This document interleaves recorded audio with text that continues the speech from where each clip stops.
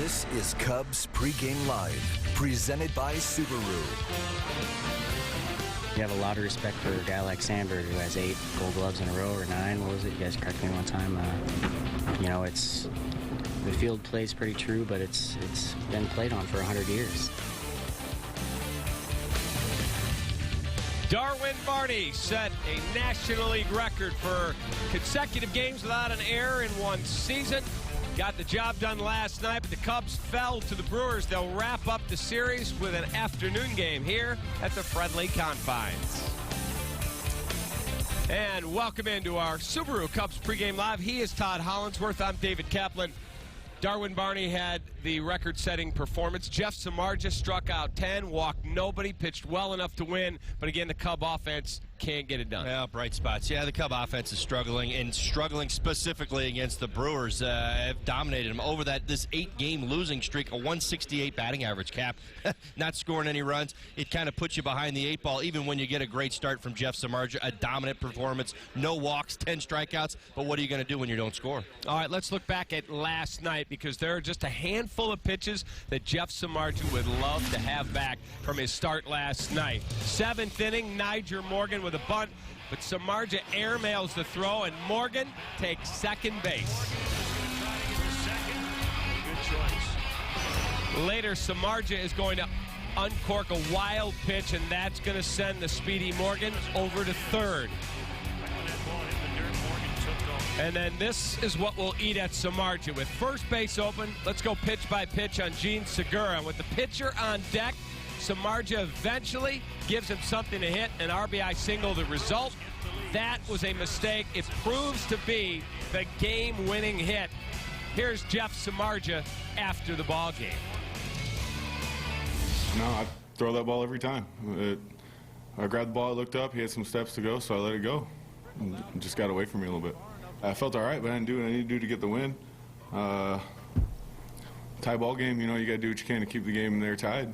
And, you know, Morgan got a hit, and then I threw a fast ball and gave the hit to Segura, scored a run, and then after that, they put another one up. Just got to keep a tie ball game.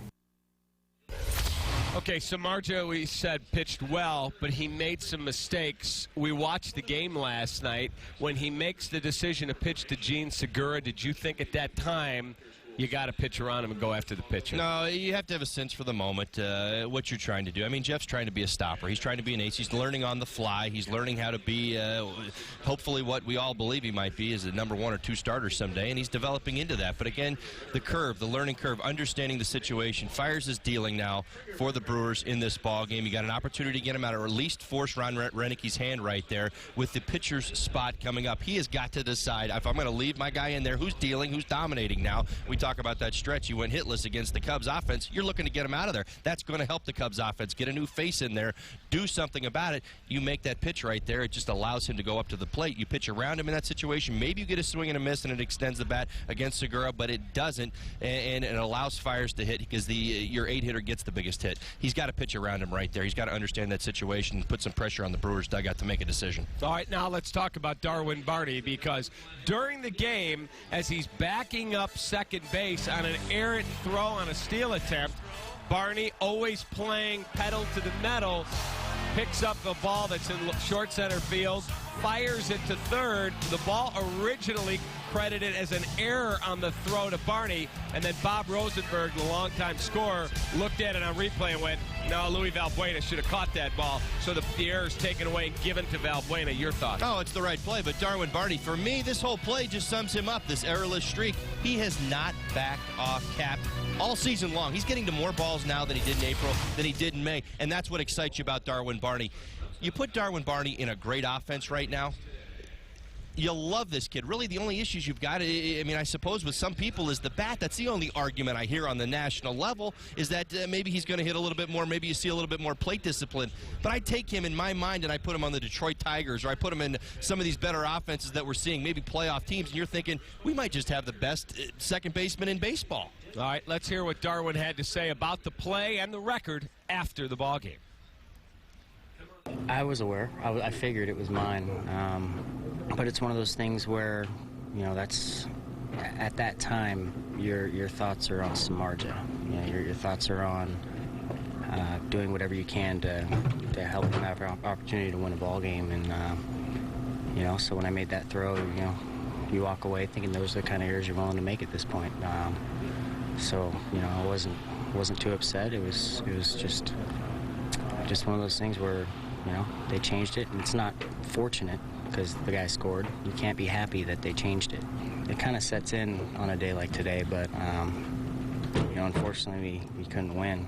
I mean, it's one of those things where when something like this happens, it's a lot easier to celebrate with a victory, but you know, unfortunately that didn't happen. So you know, I think you know, I'm proud of the work that we've been able to do here and accomplish here with Pat and Dale and those guys. So you know, hats off to them for sure. It's one of those things where there's no ground ball that's a routine ground ball. You got to concentrate. So you think of all the, when you reflect, you think of all the close calls. You know, the plays that you gutted in your stomach and caught, and you know, stuff like that. I mean, it's a tribute to everyone around me. I mean, there's been a couple feeds I remember that Castro bailed me out, and Rizzo making good plays. So you know, something like this is not necessarily just you.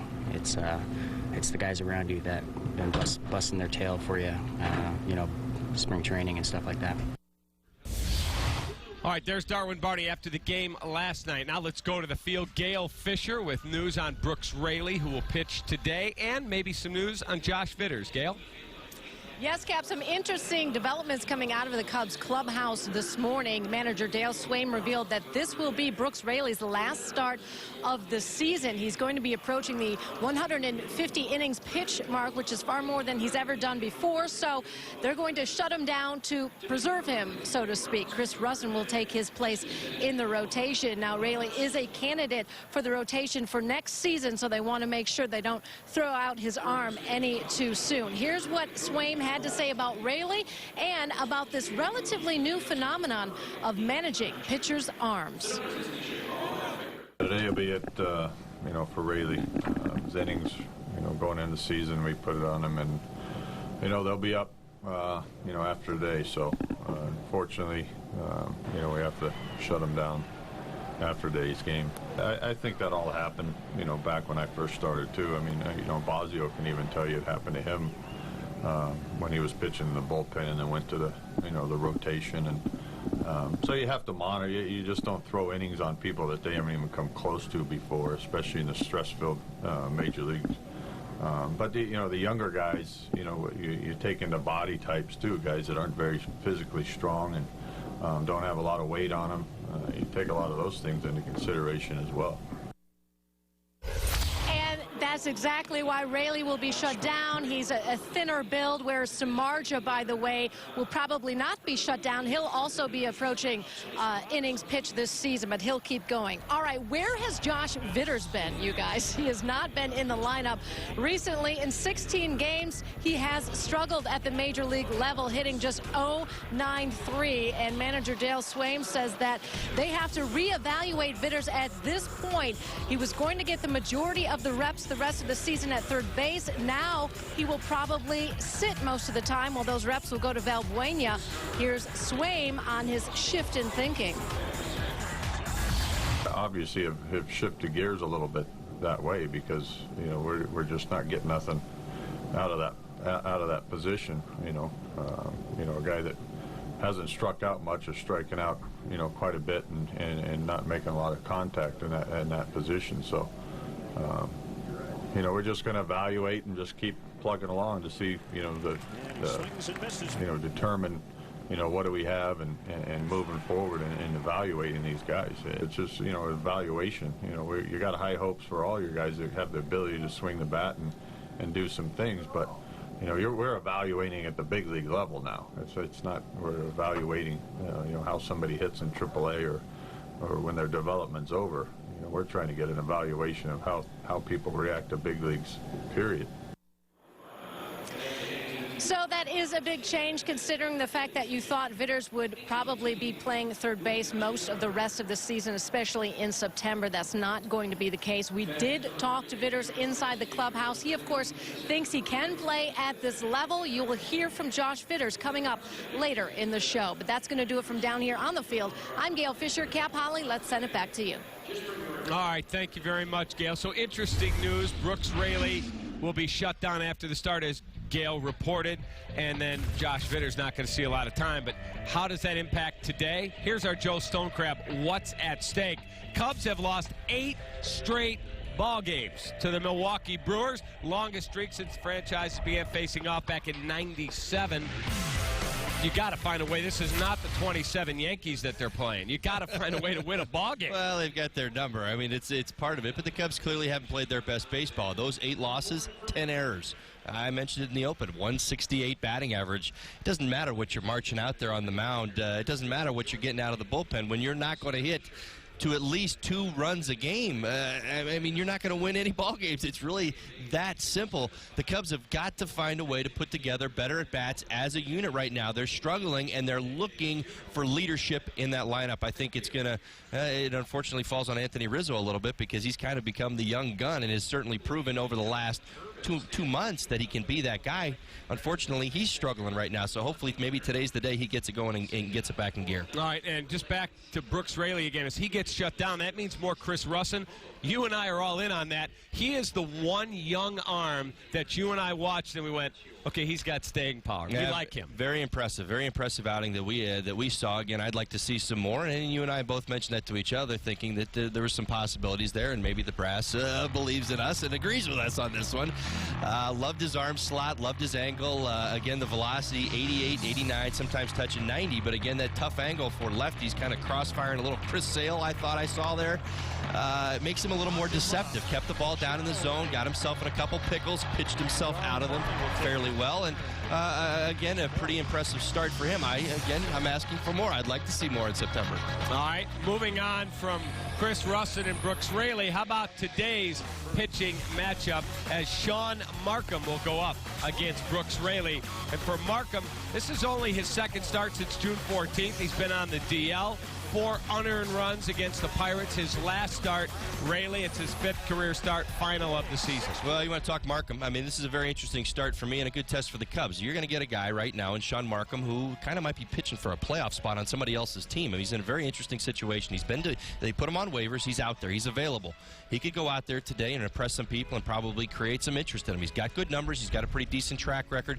It's going to be interesting to see how the Cubs approach that today. He's going to be on his game as he tries to impress teams out there, and maybe he finds himself on a playoff team here in the next week or so. He is a professional pitcher. He knows how to get people out, even if he doesn't have overpowering stuff at times. And for Brooks Raley, yes, it's his final start, but he's got to pitch like his hair's on fire. No, you'd certainly like to believe that. The circumstances here at Wrigley Field, the conditions, I should say, the wind's gusting out to left right now. It's going to be a warm day. He's surrendered 4 home runs to right-handed batters, a 290 clip. We're going to see here in a second. The Brewers have a lineup filled with righties. He is absolutely going to have to keep that ball knees down, working both corners, and staying aggressive, minimizing some damage. Don't be deflated if he gives up a solo homer here or a solo homer there. It's those kind of conditions today. But again, he's going to have to make pitches at the bottom of the zone. And again, we talk about evaluation here. Dale Swaim say it. This is his last opportunity to impress, and he doesn't have the best of numbers right now, so he's got to leave him with a good impression. All right, time for our Comcast Business Edge. And for the Comcast Business Edge, we look at Sean Markham. Comcast Business Edge is sports at the speed of business. Markham's career numbers against Cubs: undefeated, 4-0 in 4 starts with a dirty .233 ERA. He won his only 2 starts at Wrigley Field, 2-0 against the Northsiders this season. And this is Sean Markham. Folks at home, he's not going to blow you away. 86, 87. Occasionally he hits 88 miles an hour. Here's the kicker, though. He's a 5-pitch pitcher. Fastball, cut fastball, slider, change, curve. Uses them all and uses them all in any count, and he does not fall into patterns. He's not predictable. 2-1, you're going to get a changeup. You might get a curveball. This is who Sean Markham is. He lives that way. He lives with the unpredictable element to his game. So he comes out early in this ball game. He's going to try to establish all 5 of his pitches. That will be the challenge for the Cubs today. If you think you're going to see 2-1 fastballs, 3-1 fastballs, you're fooling yourself, and I think that's why he's had the Cubs number. The Cubs, traditionally a pretty good fastball hitting team, and have shown us that this year. You get some guys who can mix it up a little bit, throw some curves and sliders, make some pitches out over the plate with their secondary pitches. Cubs have struggled with them. All right, we've got to take our first time out on Subaru Cubs Pregame Live. When we return, Anthony Rizzo talks about getting a rare day off. Brett Jackson talks about the mental adjustments he's had to make at the big league level. You are watching Cubs baseball on Comcast Sportsnet.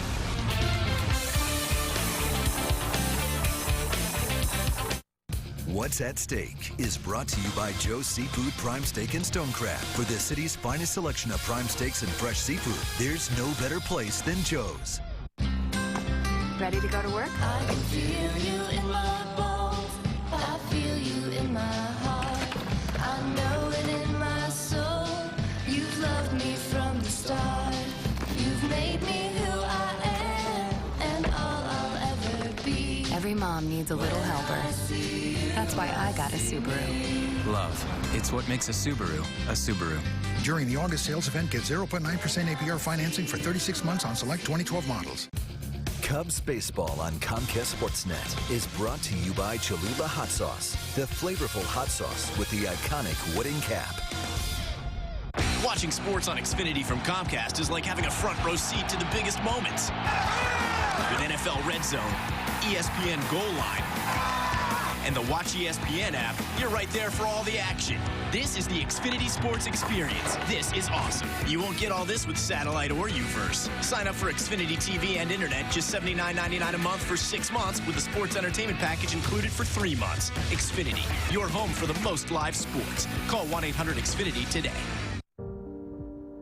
10 million people have been killed or injured by drunk driving or not wearing a seatbelt over the past 15 years. That's enough to wipe out most of Illinois.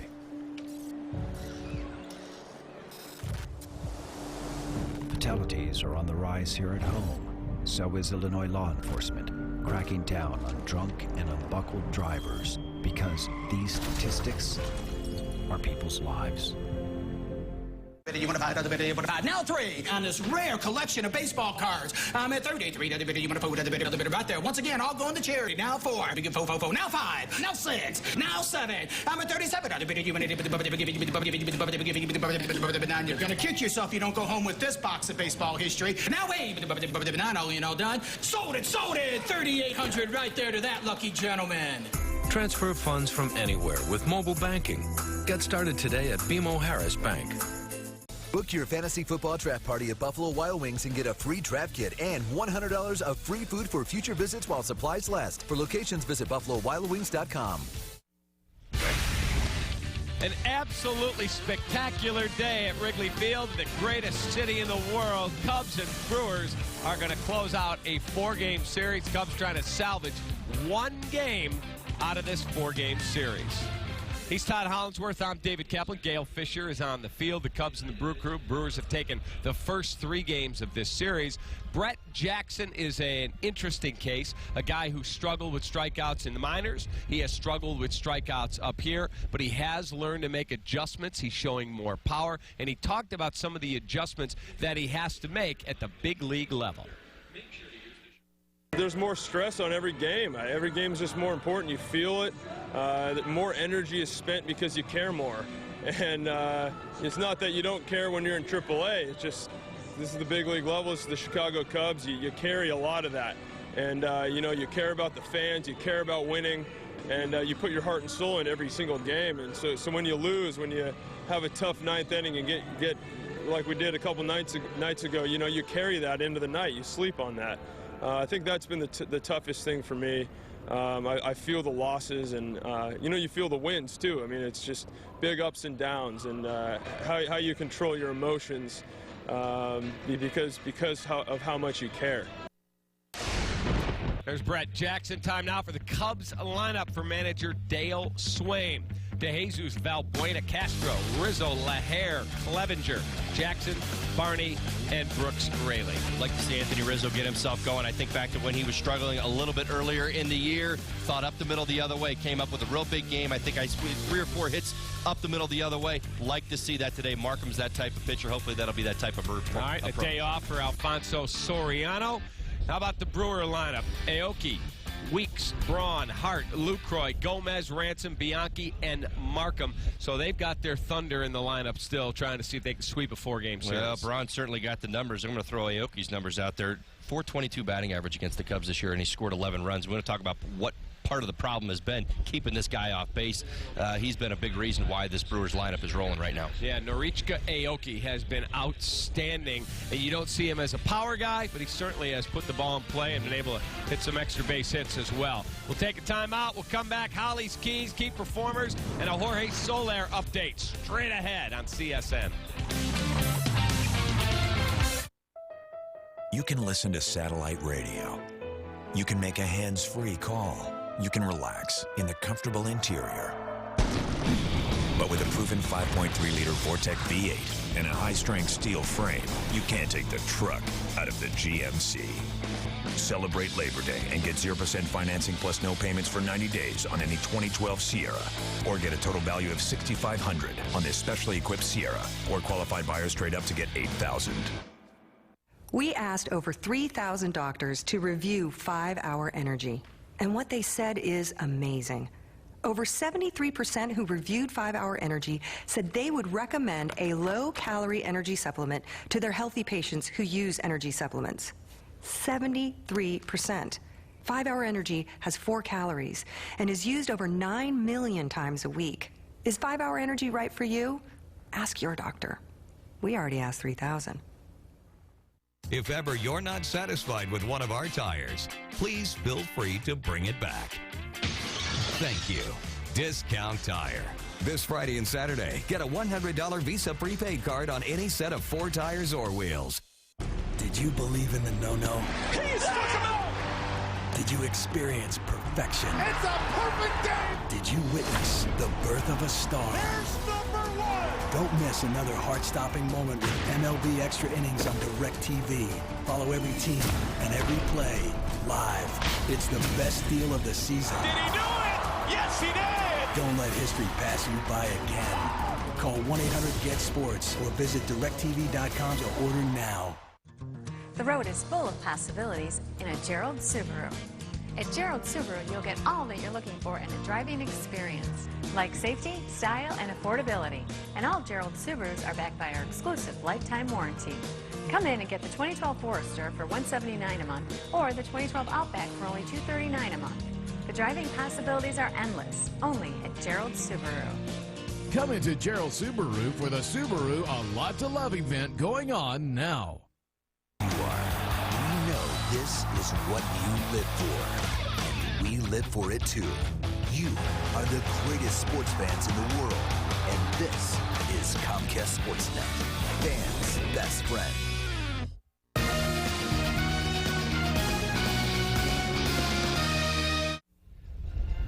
Time now for our ATI physical therapy injury report. Matt Garza, Marcos Mateo, Ian Stewart, all on the 60-day DL, all out for the season.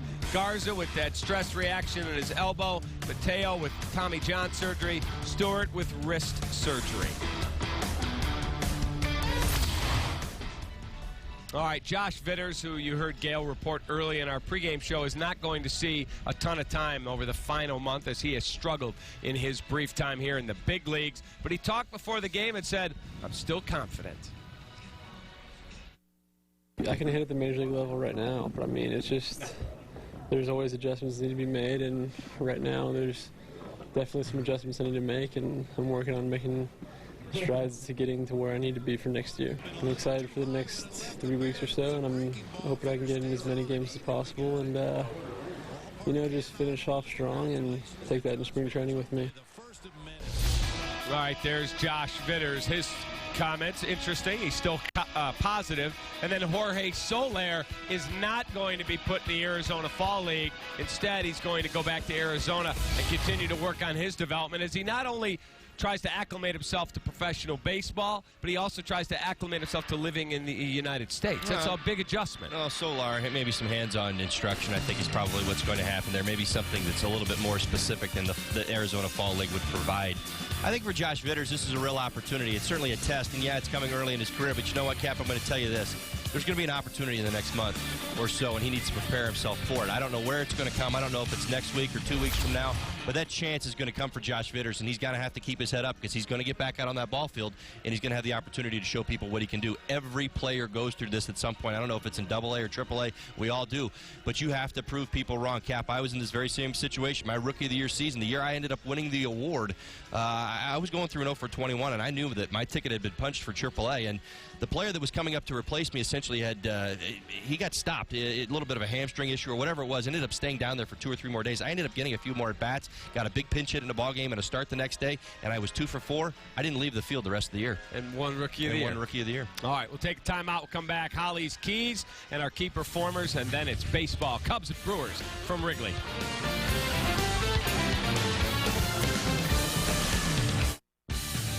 Cubs Pregame Live is presented by Subaru. Discover what it's like to have a car you can love.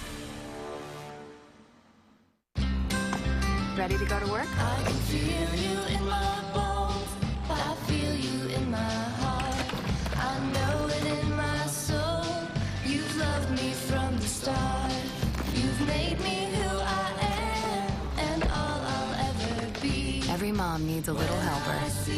That's why I got a Subaru. Love. It's what makes a Subaru a Subaru. During the August sales event, get 0.9% APR financing for 36 months on select 2012 models. So, it's a busy time of year. I'm feeding the kids, I'm feeding the spouse, I'm feeding the dog. Are you guys ready for school yet? No. I'm taking the kids to school, the soccer practice, ballet lesson, guitar lessons. I'm making the gift list. I'm shopping for Aunt Rita. New job, new wife, new baby, 6 nieces, 4 nephews. Dallas, LA, Seattle, New York, Paris. I'm running out of time.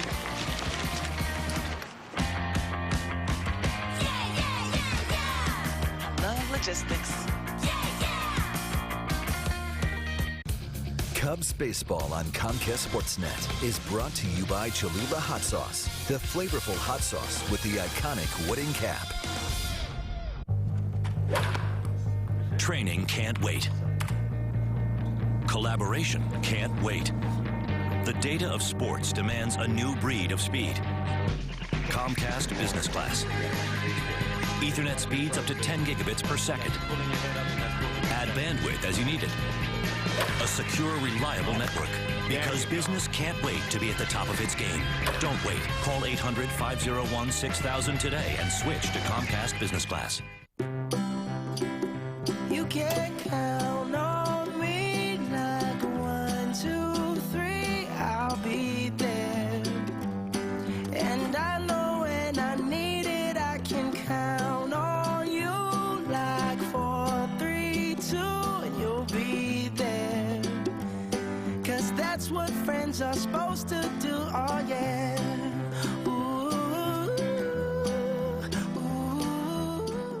Book your fantasy football draft party at Buffalo Wild Wings and get a free draft kit and $100 of free food for future visits while supplies last. For locations, visit BuffaloWildWings.com.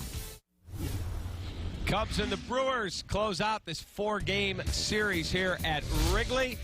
Todd Hollinsworth, Subaru, keys to the game. All right, here we go. Keep it rolling. Literally, Brooks rarely keep the ball down, young man. I know your numbers against righties are not that good. Brewers lineup is stacked with them, but he's going to have to command both sides of the plate with his fastball, with his off-speed pitches, and you're thinking, you're working, knees and down. No mistakes out over the plate. The velocity is not high enough to sneak things past Braun's of the world. You've got to keep the ball down and be smart about it. Number 2, open mind. I'm talking Cubs hitters going up against Sean Markham. He's a 5-pitch pitcher. He throws his fastball 28% of the time. What does that tell you? Any pitch, any count. If you're up there 2-1, 3-2, and you think you're going to get a fastball, you're kidding yourself. You got to think up the middle, up the box, and use the entire field. Don't get pull happy today just because the wind's blowing out. Stay inside your game. Think up the middle. You can hit it out to any part of the field today. The wind is howling out here right now. And number 3, and maybe the most important one, living in the moment. Yesterday is yesterday, and this might be the biggest lesson these young Cubs have got to learn. Forget the past and live in the moment. They've got to come to, get out there today, bring their A game, and do whatever they've got to do, maintain that edge inside this game today, be the best team on the field today, and live with that. Don't worry about this losing streak. Don't let it get in your head any more than it already is. All right, now it's time for you and I to pick our key performers. Last night, we both threw up offers. Yeah. Nobody helped us out, so I get to pick again. I will go with the leadoff man, professional hitter, like his approach, David DeJesus. Jesus. That's a solid pick, and hopefully he jump-starts this offense. And I'm going to go with Darwin Barney, hopefully to clean it up. Maybe there's some traffic on in front of him. He's put together some nice at-bats last couple ball games. All right, we'll see what happens as he continues to try to add to his record-breaking streak of consecutive errorless games in a single season in the National League. That's going to do it from here. We'll see you on the post-game show. For Todd Hollinsworth, our great crew, I'm David Kaplan. Let's send it to the booth. Here's Len Casper. All right, Cap, Holly, thank you very much. Very hot today, as you guys mentioned. Lots of sunshine and the wind blowing straight out, although that's always subject to change. Here at Wrigley Field, the Cubs have lost 8 in a row to their division rivals as the Brewers and Cubs wrap up their season series here this afternoon, and left-hander Brooks Raley will wrap up his 2012 season. 3 different levels, AA, AAA in the major leagues, 151 innings going into action today. So this will be his final start, and his manager, Dale Swaim, was asked if he would be a candidate for the starting rotation going into spring training next year. Yeah, I think so. You know, he's done a good job. He's proven to us that, you know, he can make pitches, he can get big league hitters out, and you know, with the adjustments, some of the adjustments he's going to know going into the season. I think it's nice that, you know, you have a guy that, you know, wasn't even in big league camp. You know, it doesn't happen very often that a guy isn't in big league camp. He ends up getting, you know, 4 or 5 starts for us and seeing what he can do and the adjustments he's going to have to make going into next season to get, you know, big league hitters out, whether it's, you know, better breaking ball or command and understanding. But it's, you know, it's a, you know, doesn't happen too often that a guy doesn't come to camp and he gets a shot like this, and then you say, hey, this guy's a very workable part in the big leagues. Chris Russin, another left-hander, will probably replace him in the rotation and should be able to pitch for the rest of the season. But you see what Raley has done so far in the big leagues. His lone win came at Cincinnati on the 18th of this month, as he will face the Brewers for the first time in his career. Now let's go back to last night. The Brewers winning 3-1, couple of big runs to win the game in the 7th inning. They would add some insurance here as Gene Segura would steal second. Throwing error, allowing him to get to third and then to score. And let's check out our Coors Light freeze cam. The throw by Darwin Barney. You see Luis Valbuena tried to make the grab right before the ball hit the dirt. Originally, Barney was given an error. That would have ended his streak at 113 games, and he would have finished tied for the single season NL mark for second baseman. But later, it was changed and given to Valbuena. So the record is Darwin Barney's in the National League. The single game record all time, Placido Polanco with Detroit back in 2007. So if Darwin doesn't make an error over the next few weeks, he has a chance to set a new mark here in 2012. We'll chat with CSNChicago.com's Patrick Mooney as we continue getting you set for Cubs baseball here on Comcast Sportsnet.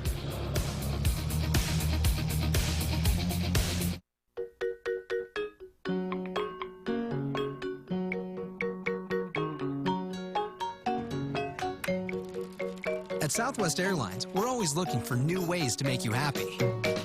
And we know what really makes you happy are new places to fly. Now you can fly Southwest Airlines' new nonstop service from Chicago Midway to Atlanta. Book all of our destinations online, only at southwest.com.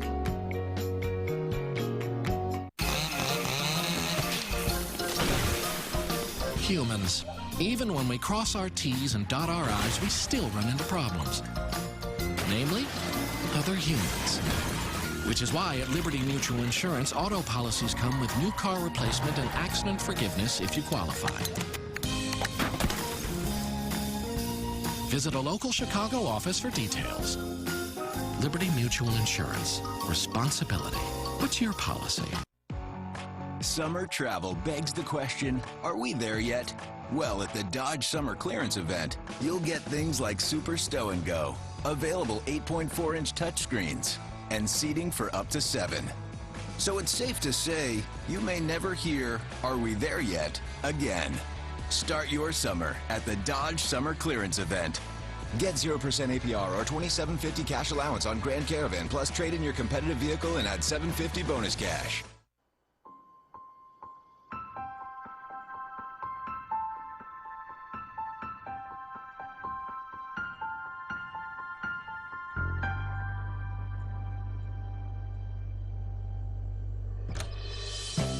Outdoor living spaces come to life when designed with Unilock products made with EnduraColor. For a free estimate and design consultation, join us online at unilock.com. Unilock, designed to connect. A lot of things got to go right in order to win championships. I think we can be better in certain areas, but I think that tenacity that everybody has to bring to be effective as a team and making each other accountable in that area. Coming to a clubhouse that I've known from previous years, it was like coming back home. Glad to be here back in Chicago. I'm a Chicago guy, man. I grew up idolizing the Chicago Bulls. The day that I went to the Chicago visit and they gave me my number 3 jersey, I turned into a kid again. I'm in the mirror with the jersey on, I'm envisioning this can happen.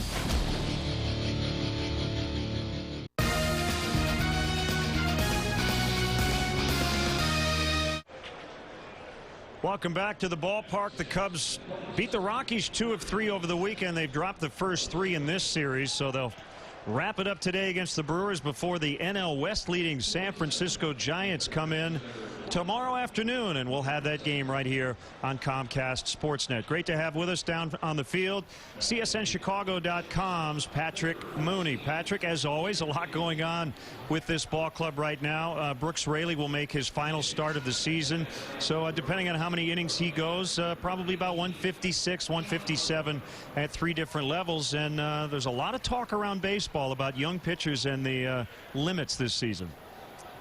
Yeah, Len, we'll see that when we head to Washington. That's what everyone's talking about with Steven Strasburg. But I think if you're Raley, you got to be pretty pleased with the year you've put together so far, where, as Dale pointed out, a guy who wasn't even invited to big league camp really kind of pitched his way back onto the radar screen. And if you look at what Theo and Jed talked about last winter, and needing about 10 guys to get through a season in terms of a rotation, I definitely think he's in that conversation. Maybe he's not on the opening day roster, but you got to look at him as a 6th or 7th guy, probably down in AAA Iowa. And if he maximizes his opportunity the way he did this year, you could see him kind of really putting together a nice little career up here.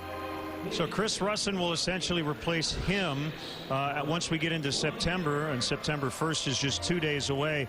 And on Jeff Samardzija, I know Dale's asked about him on almost a daily basis. It sounds like they just continue to talk about him from start to start. He's going 7 innings almost every time out.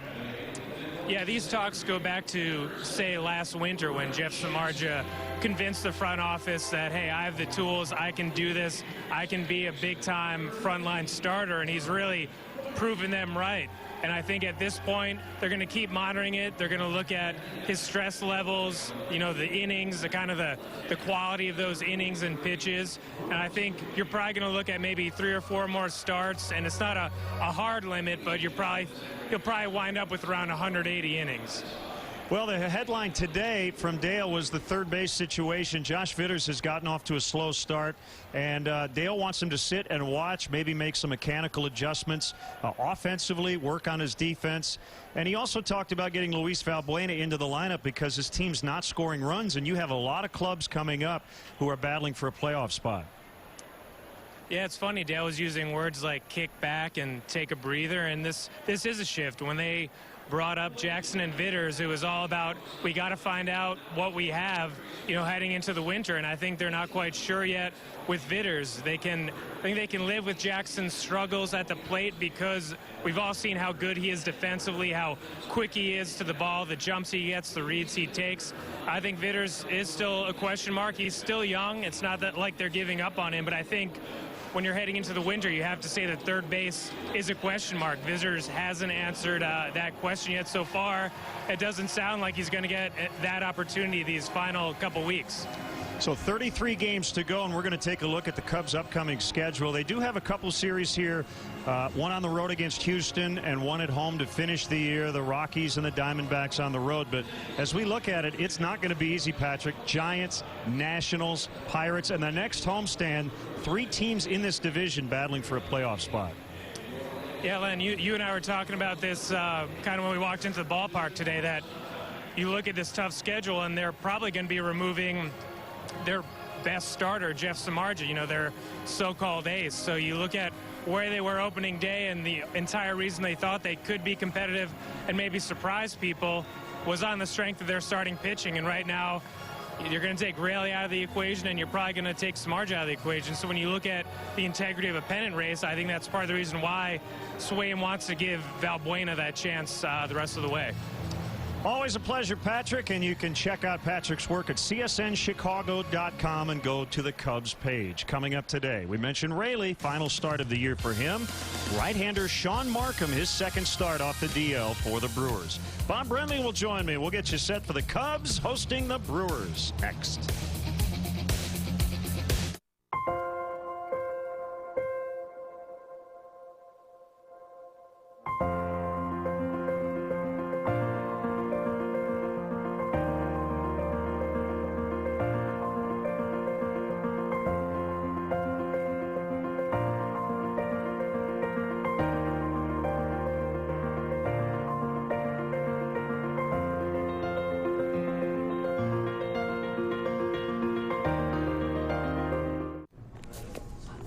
Okay, it's perfect.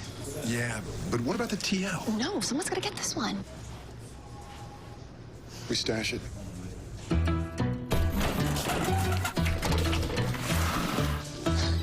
You know, this isn't our last MDX. What MDX? I don't know. Huh. The cars you love at prices you love even more. Acura's Here Today, Gone Today sales event, now through September 4th. Visit your Chicagoland Acura dealer. Luxury, intelligently priced. Humans. We're not perfect, but that doesn't mean we should be penalized for it. That's why Liberty Mutual insurance policies come standard with accident forgiveness if you qualify.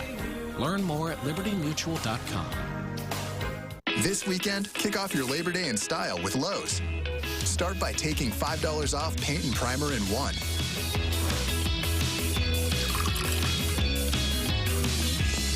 Then take 10 to 25% off all major appliances. Also choose 18-month special financing on purchases of $299 or more with your Lowe's consumer credit card. So this holiday, you'll have lots of things to celebrate. Lowe's, never stop improving. If ever you're not satisfied with one of our tires, please feel free to bring it back. Thank you.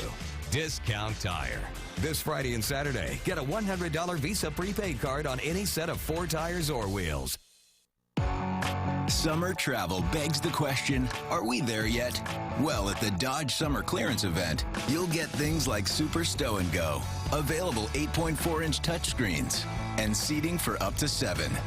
So it's safe to say you may never hear, are we there yet, again. Start your summer at the Dodge Summer Clearance event. Get 0% APR or $27.50 cash allowance on Grand Caravan, plus trade in your competitive vehicle and add $750 bonus cash. We proudly present Chicago Cubs baseball on Comcast Sportsnet, part of the NBC Sports Group.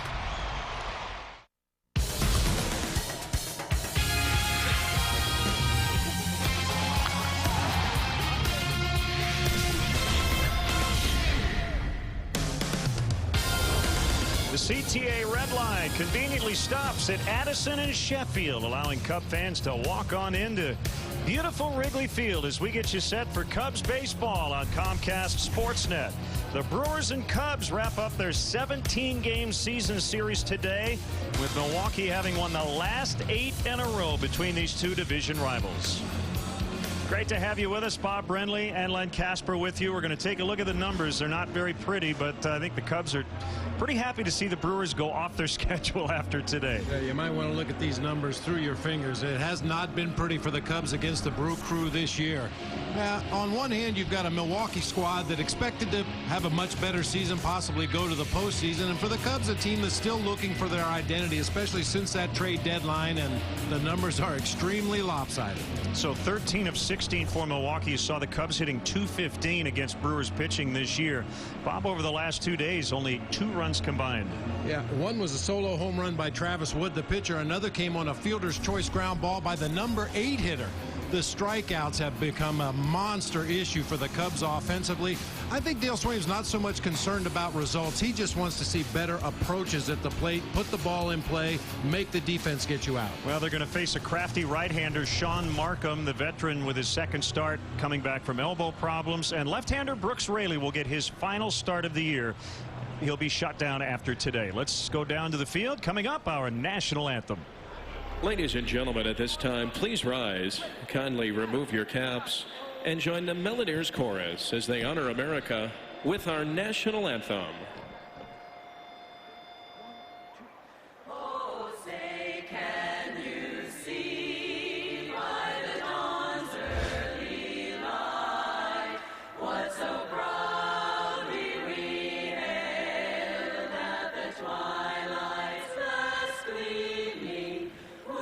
Stripes and bright stars through the perilous fight. O'er the ramparts we watched were so gallantly streaming, and the rockets' red glare, the bombs bursting in air, gave proof through the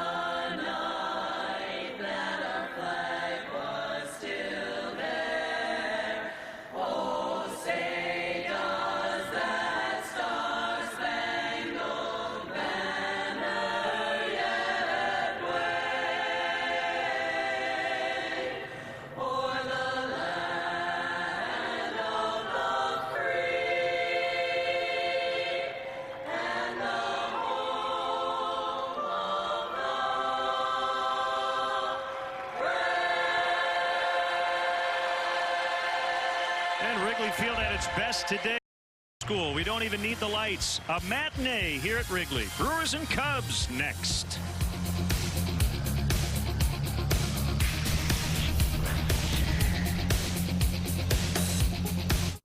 Watching sports on Xfinity from Comcast is like having a front row seat to the biggest moments. With NFL Red Zone, ESPN Goal Line, and the Watch ESPN app, you're right there for all the action. This is the Xfinity Sports Experience. This is awesome. You won't get all this with satellite or UVerse. Sign up for Xfinity TV and Internet, just $79.99 a month for 6 months with a sports entertainment package included for 3 months. Xfinity, your home for the most live sports. Call 1-800-XFINITY today. Ready? Are you gonna get them all right? Yes. Okay. B. B. Good. And this? N. Yes. And this one is? P. Good. And what's this? Cubs win. That's right. Cubs win. That's my girl. We're as obsessed as you are. Sportsnet Central, every night at 6:30, 10, 10:30 midnight on Comcast Sportsnet. Fans' best friend. Sundays, watch Chicago sports lovers put their fandom to good use with Gas Money on Comcast Sportsnet. Yes, I know who it is. Take a stab at it. Oh, boo. Tune in as CSN gives the fan on the street a chance to show off their skills and fill up their tank. We have a winner. I got this Benjamin that's calling your name. Luke, we're striking out. Give me the money back. Gas Money, presented by Honda. Sunday nights at 7 on Comcast Sportsnet. Fans' best friend.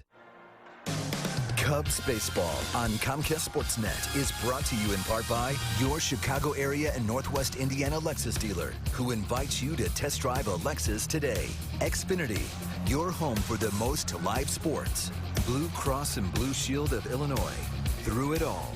Liberty Mutual Insurance. Responsibility. What's your policy? Toyota.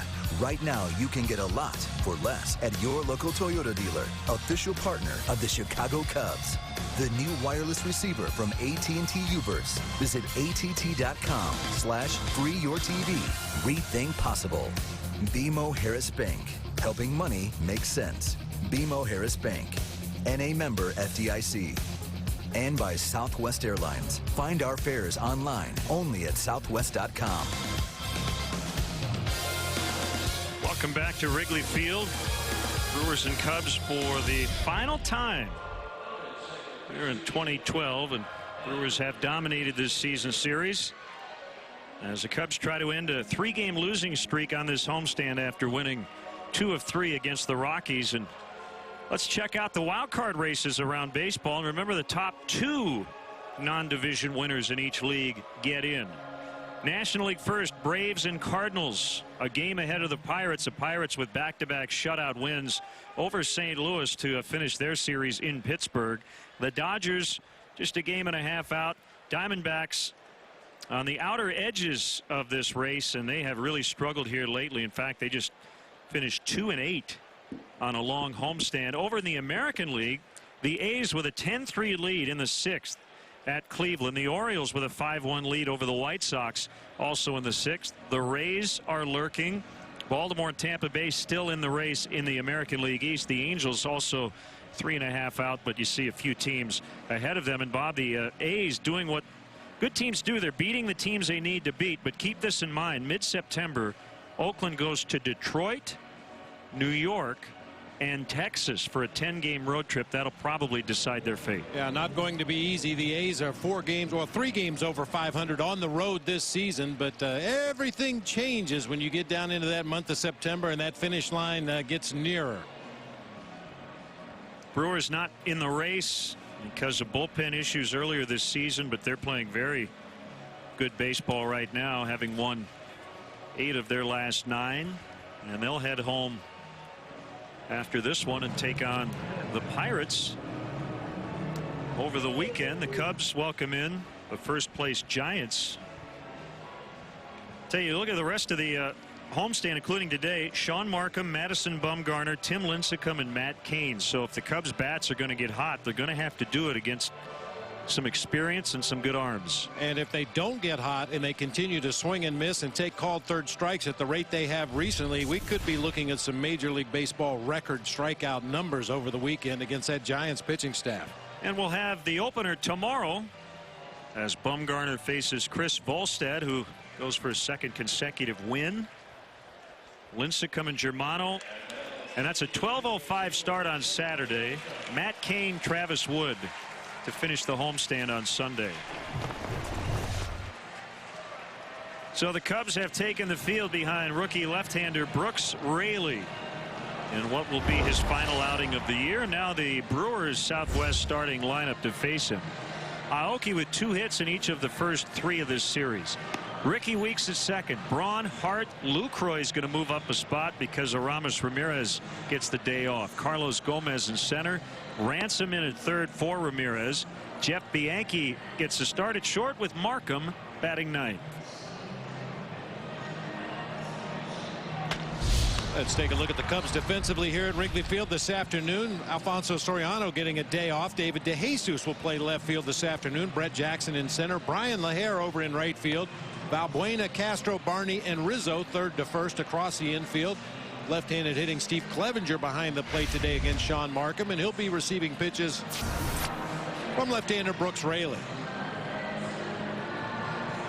Numbers might not indicate it, but he's been very impressive in his 4 starts up here at the major league level this year. Has a good arsenal of pitches, seems to know what to do with them. And I would imagine he's not going to leave any gas in the tank today, given the fact that this is his last start of the 2012 season.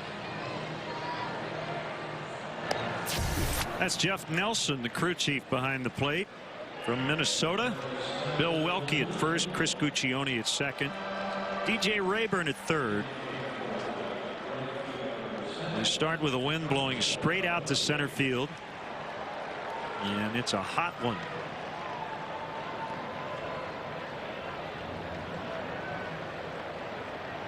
A good day to keep the ball on the ground. We've seen the ball fly out of here the first 3 games of this series, and the wind has either been blowing in or across in all 3 of those games. With it blowing out today, vitally important for Brooks Raley to keep the ball down. We are underway. That's a strike to Aoki.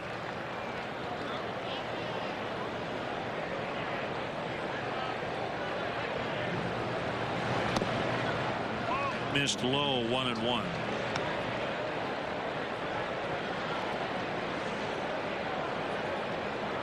Aoki has been very good at setting the table for the Brewers offense in this series. Up the middle, and he does it again. 7th hit of the set. We talked about it last night, Len, and I'll reiterate again here this afternoon after Aoki's first at bat of the game. You've got to throw him slow stuff. He's got so many moving parts in his approach up there at the plate. The slower the breaking pitch, the slower the changeup, the better chance of getting him off balance out in front of a pitch. He can hit a fastball. He's proven that to me in every game he's played against the Cubs this year.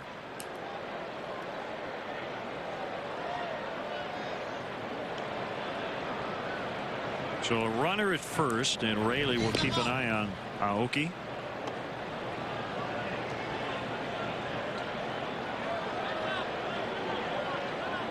We'll do a little manicuring where he gets his lead over at first base.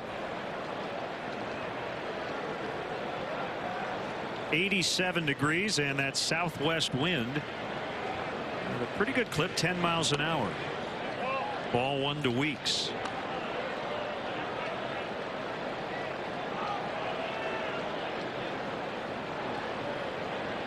All 3 of those hits came in the opener for Weeks.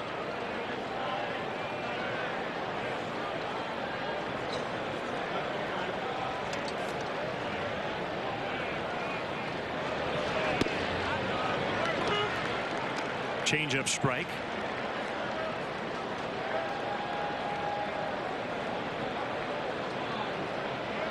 We don't see the Brewers every day.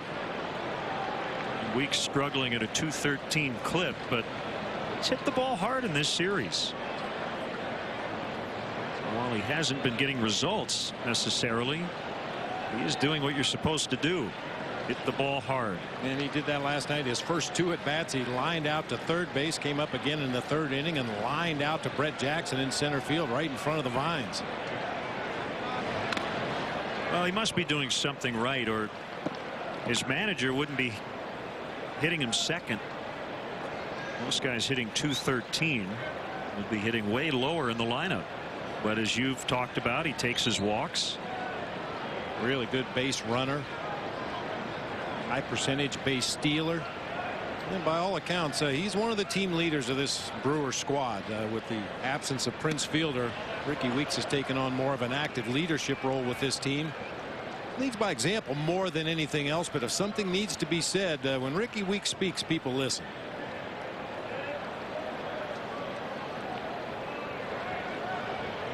Braun on deck. Corey Hart hitting cleanup today with Ramirez out, and there goes Aoki. Pitches in the dirt. Throw by Clevenger. Good one. He got him. Boy, it took an absolutely perfect throw to get him. That's exactly what Clevenger delivered. Ron Renicky is racing out to second base to argue the call. I think I would too, Len. Unless he's saying that after Aoki got to the bag at second, his foot came off, but it clearly appeared like Aoki beat the throw to second base. Well, I don't know. Darwin got that tag on the calf, possibly before the foot got on the base. This could be a definitive angle right here. Yeah, I think he did get that right. Feels like, or looks like the dirt, you know, pretty wet right now here early in the game. They got him. They did. What a great catch and tag once again by Darwin Barney. Give an assist to the grounds crew for the slow dirt at second base. You could see Aoki using his right cleat to slow himself down as he got to the bag at second. Weeks will ground this one to the left side for Castro. Forehand play, not in time.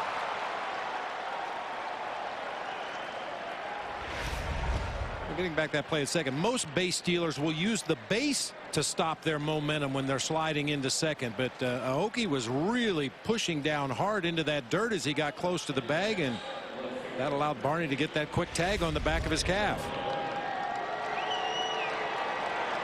Well, we love that super slow-mo. That's a beautiful thing, isn't it?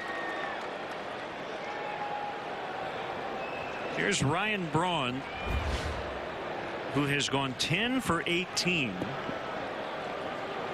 with 4 doubles, a triple, 2 homers, and 7 RBIs in his last 4 games against the Cubs.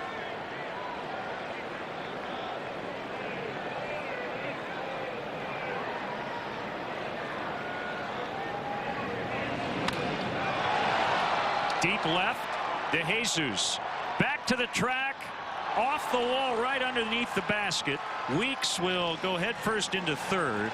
It's a double for Braun. That's actually a break for Raley. He missed a home run by maybe less than a foot as that basket hangs over the field and the ball hit right below that spot.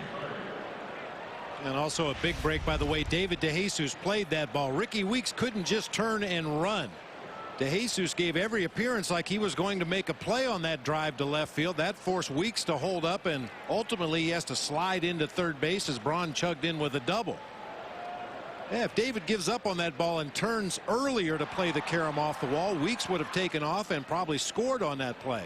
But for the time being, he's at third base. Infield back as Corey Hart swings and misses. We should note DeJesus making just his third start of the year in left. Now he's played that position a lot in his career, but not this season. But based on that play right there, you'd think he's been playing it every day. I mean, his third career start at left field at Wrigley. Doesn't matter where you put him, he's above average. No question about it. And watching him play that ball out there in left field reminded me a little bit of the days when Larry Walker would patrol right field for the Rockies. You know, on a ball like that, he would stand facing home plate. That one's popped to second base. No trouble for Barney. Now Larry Walker would stand, you know, just in front of the warning track, squared up to home plate, pound his glove, acting like he was going to make a catch, forcing the runner to hold, and then at the last instant he'd wheel around and play the carom off the wall. I'm sure that wasn't what David DeJesus had in mind, but it served the same purpose, held the runner. And with the Hart pop out, now Raley can get out of the inning.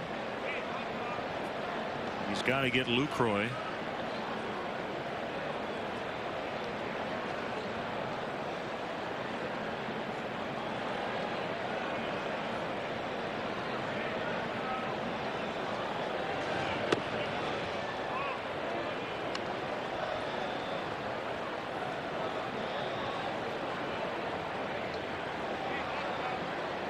Almost half those RBIs came over a 2-game stretch last week in Milwaukee. Included a 2-homer performance.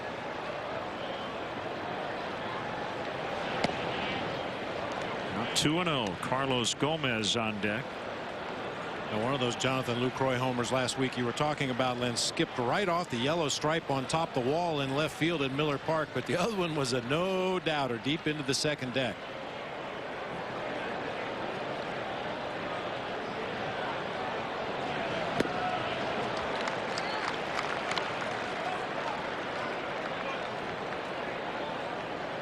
Real good pitch against anybody, but especially Jonathan Lucroy. He wants to pull the ball.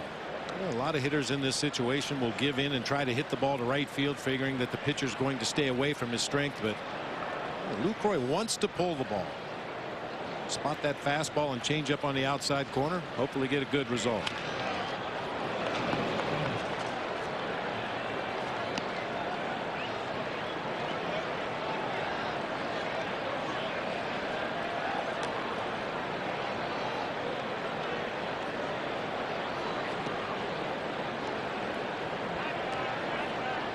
First 3 batters with a hit. But the Brewers still have not scored.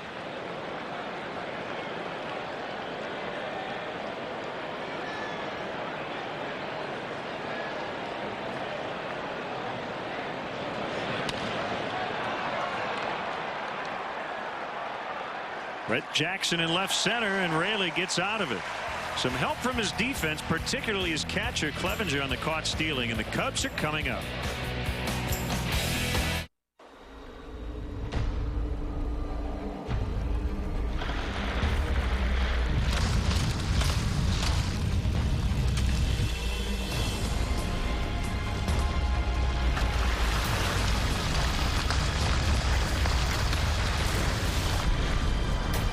Light Silver Bullet aluminum pint with 16 ounces and a resealable cap. It's gonna be big, really big. Frost brewed Coors Light, the world's most refreshing beer. Nissan's summer savings is ending soon. But before it does, we're bringing you up to $1,500 holiday bonus cash on top of existing offers on popular models. A $219 lease for 24 months on the all-new Altima. Save up to $3,500 on the cargo-capable Rogue. Now get up to $1,500 bonus cash. Visit ChooseNissan.com. Test drive at your local Nissan dealer today. Hurry, bonus cash ends September 4th. you want to fight, you want to fight. Now 3 on this rare collection of baseball cards. I'm at 33, you want to food, right there. Once again, all going to charity. Now 4, begin 4, now 5, now 6, now 7. I'm at 37, you want to 9. You're going to kick yourself if you don't go home with this box of baseball history. Now 8, 9, done. Sold it, 3,800 right there to that lucky gentleman. Transfer funds from anywhere with mobile banking. Get started today at BMO Harris Bank. Brewers with 3 hits but no runs in the top of the first. Here's how the Cubs will line up with their starting 9. Brought to you by Southwest. DeJesus in left, Valbuena at third. Castro, Rizzo back in the lineup. Brian LaHair gets his second straight start today. It's in right. Clevenger back of the plate. Jackson in center. Barney at second and Raley on the mound. Quick look at the Brewers defensively here this afternoon. Braun, Gomez, and Aoki left to right across the outfield. Cody Ransom getting the start at third base for Aramis Ramirez. Jeff Bianchi at shortstop. Ricky Weeks at second base. Corey Hart over at first. Jonathan Lucroy behind the dish for veteran right-hander Sean Markham. A lot of speculation that Markham perhaps making his last start for the Milwaukee Brewers. Veteran arm. Reasonable contract at this time of year for a possible pennant contender to pick up. You see his assortment of pitches really mixes it up well. Wears really long pants. Yes, he does. 1 strike on David DeJesus. Well, he's way overdressed for the afternoon. We saw him go out the right field line to warm up earlier this afternoon. Had on a heavy jacket, beard, and long pants. It just made you hot looking at the guy.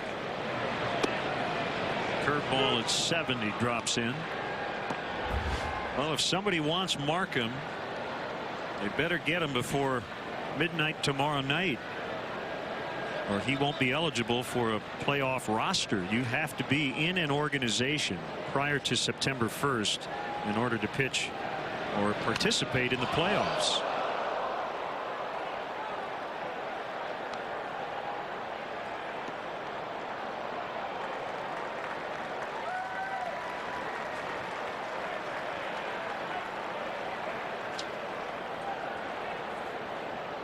Valbuena and Castro to follow. Rizzo back in the lineup, but he's hitting cleanup with Soriano out today.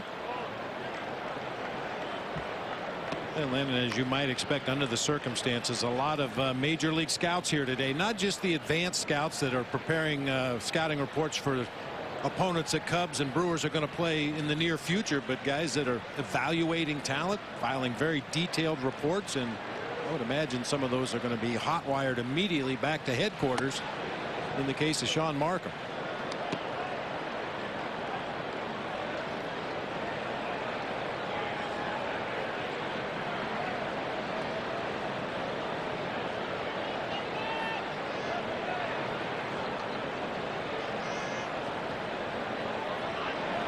Two on the way.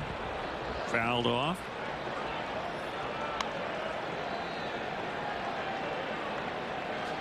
Now, some guys have been pretty cold at the plate during this homestand. DeJesus at 143. Valbuena 167. Soriano 167. Josh Vitter's not in the lineup today, but 0 for 12. Rizzo 4 for 19. That's a 211 average. Darwin Barney 3 for 19. Got to get somebody hot.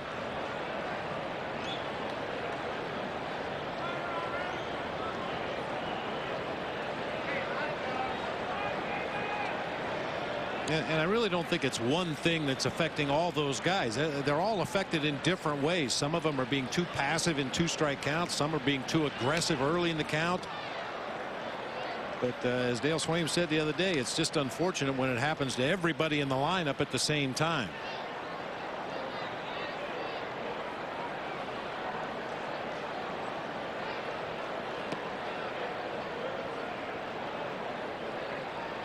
If you've got 1 or 2 guys swinging the bat well, you'd like to think that you can maybe parlay an opponent's error and ground ball to move him up to second, then get a base hit and score a run, or some variation of that where you don't need a lot of hits to score runs. But when nobody's swinging the bat well, you don't even get those guys on base to make things happen. Not a big surprise to Jesus with a grinded out plate appearance to start the game. Has already seen 9 pitches.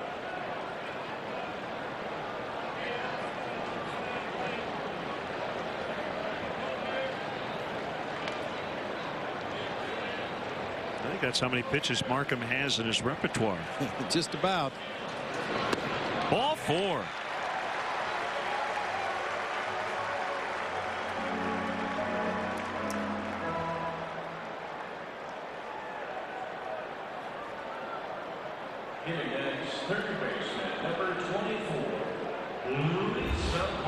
Here's Valbuena.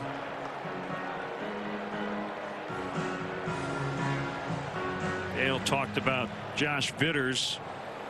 Still going to mix and match. But it's been a real struggle for Josh. So lately he's done more watching than participating. And you've got some contenders coming up.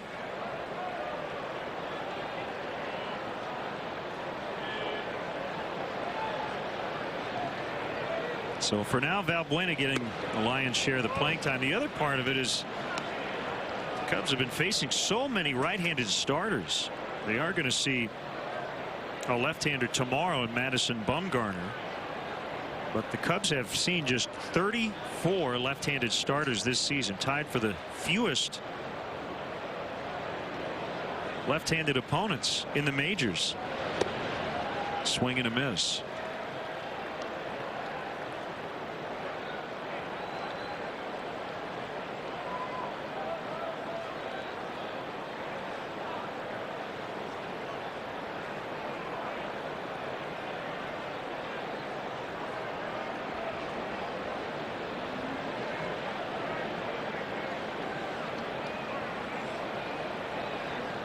Markham 4-0 in his career against the Cubs. All those starts coming in the last 2 years since he became a Brewer. 2-0 and 2 previous outings here at Wrigley.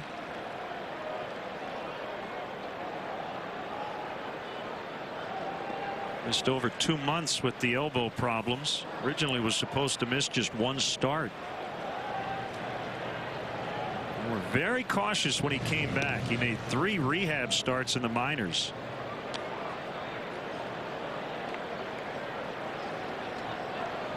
He's been quite the road warrior throughout his career. 71 starts on the road, 84 games total, a 28-19 record with an ERA right at 3.5. Yeah, he led the majors last year in road ERA at 2.21. Called strike 3 at the knees.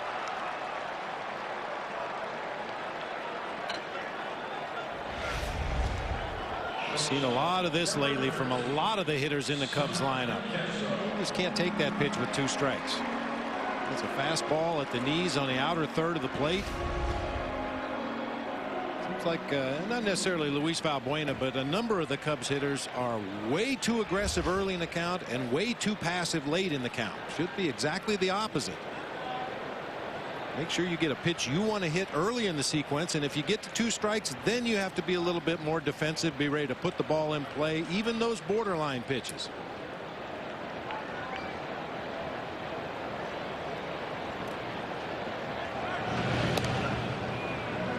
Castro is 5 for 16 on the homestand. One of the few guys you would call hot.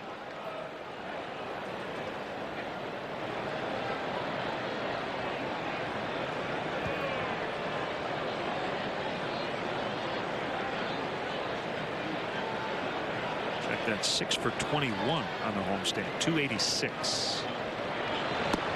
That's low.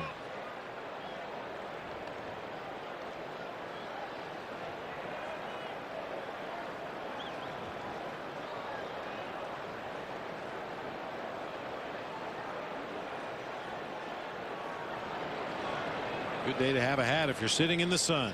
Very comfortable if you happen to have seats in the shade here at Wrigley Field today. Maybe a little sticky down there in the sunshine.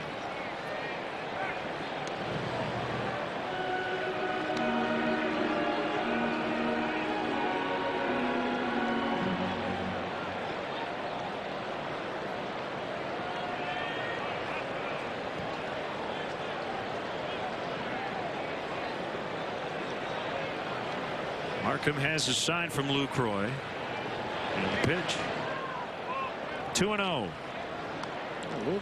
It's like Markham is a little overly concerned with David DeJesus over there at first base. A real quick slide step that time on the delivery to home plate. He's thrown over to first base several times.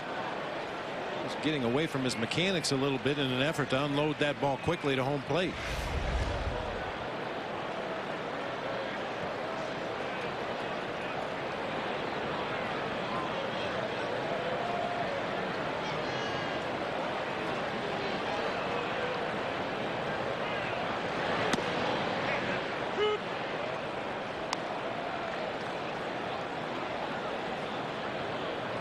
Mentioned his arsenal of pitches for Sean Markham. He throws a couple of different, actually 3 different fastballs. A 4-seamer that's fairly straight and will use at the top of the zone. A 2-seam sinker when he's looking for a ground ball. He relies a lot on the cut fastball.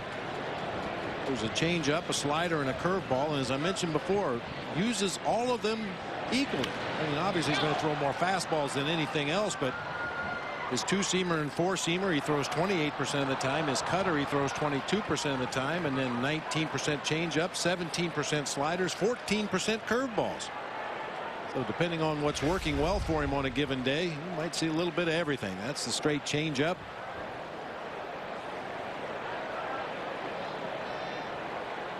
Throw out in front just a little bit, fouls it off to the first base side.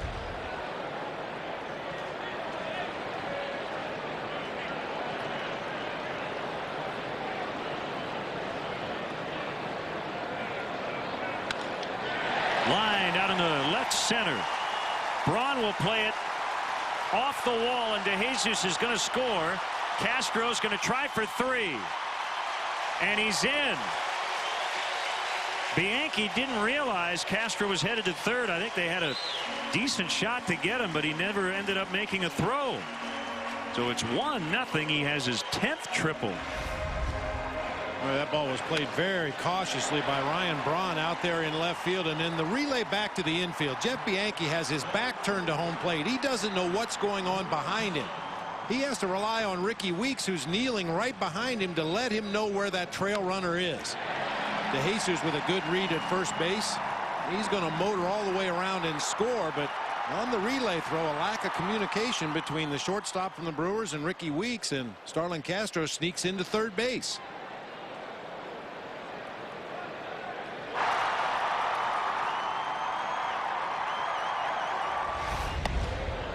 Rizzo swings and misses on a changeup. The infield in with 1 out. Cubs already leading 1-0. Well, all of a sudden Castro's within 1 of the major league lead in terms of triples. Dexter Fowler of the Rockies has 11 or 12. Yeah, 11 now. 10 for Castro. Michael Bourne. Melky Cabrera has 10, but he'll finish with 10. He'll be suspended for the rest of the year. How about Tyler Colvin? Former Cub has 9. He's playing in the right park to hit triples, and Tyler always could run well. Once he got going, he could really stride. Markham's 1-1, fouled back. 1-2 on Rizzo. Did not start last night for just the 2nd time since he came to the big leagues.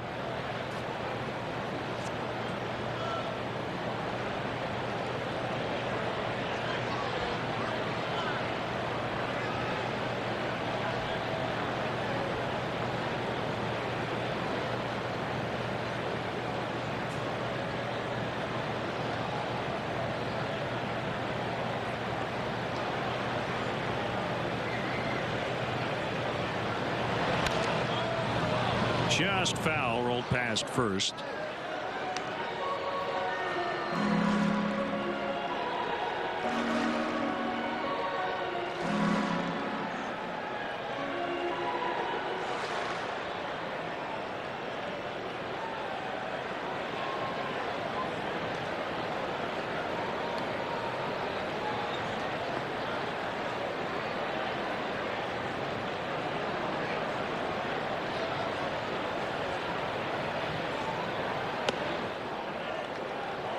Just outside. Close one. 2-2.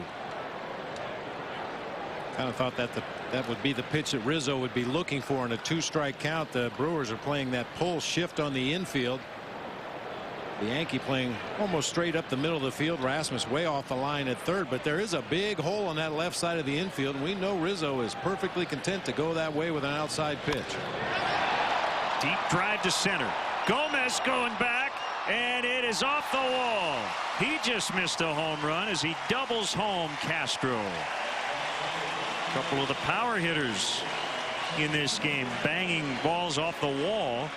Braun in the top of the inning, and now Rizzo here in the bottom of the first. Like a hanging changeup in the middle of the plate, and Rizzo got under it, skied it high in the air to center field. Really got down and through it with a lot of backspin, and combine that with the wind blowing straight out here at Wrigley today, and that one ends up off the vines right at the 400 mark.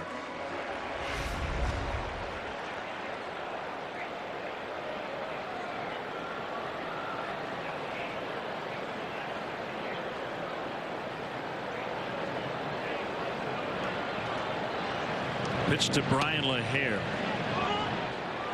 On the outside corner for strike. He's playing right. Played first last night for Rizzo.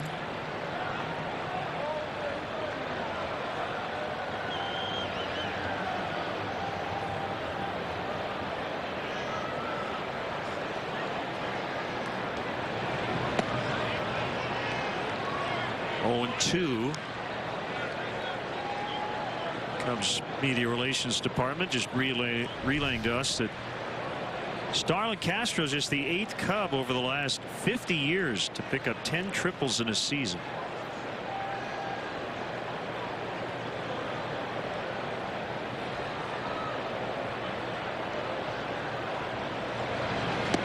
Swing and a miss, strike 3. 2 outs. Brewers lead the majors in strikeouts. Last night, however, they snapped their 8-game double-digit strikeout streak. It was the longest such streak since 1900. They combined 7 strikeouts in Game 3. Jeff Samardzija was the one with double-digit strikeouts. Punched out 10 last night, 1 shy of his career high.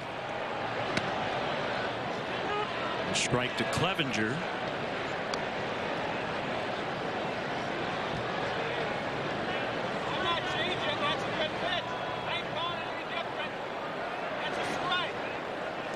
They've heard Jeff Nelson telling somebody in the Cubs dugout that's a strike.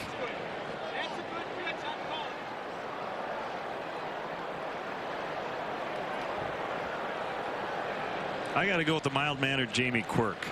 He's got his ways and means of communicating to the home plate umpire.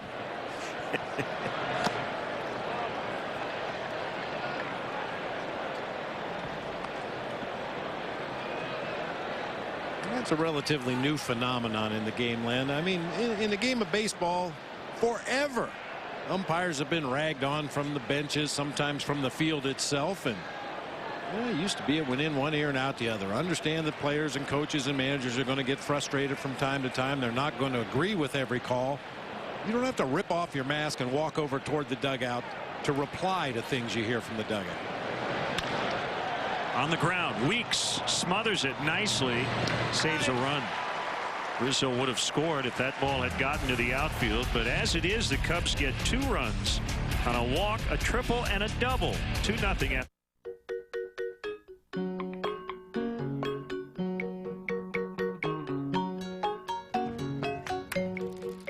At Southwest Airlines, we're always looking for new ways to make you happy. And we know what really makes you happy are new places to fly. Now you can fly Southwest Airlines' new nonstop service from Chicago Midway to Atlanta. Book all of our destinations online, only at southwest.com. Build up big savings during the Menards construction sale. Add comfort with turn-of-the-century ceiling fans. The Claremont has a Tuscan bisque finish and sandstone glass, $89 after rebate. The indoor-outdoor Manassas with natural iron finish and frosted ribbed glass is $99 after rebate. Update your kitchen with Frigidaire. This 18.2 cubic foot top freezer refrigerator has humidity-controlled crisper drawers and gallon door storage. $449. Save big money at Menards. This summer, it's your time. Time to find your power in the most awarded SUV ever with a best-in-class driving range.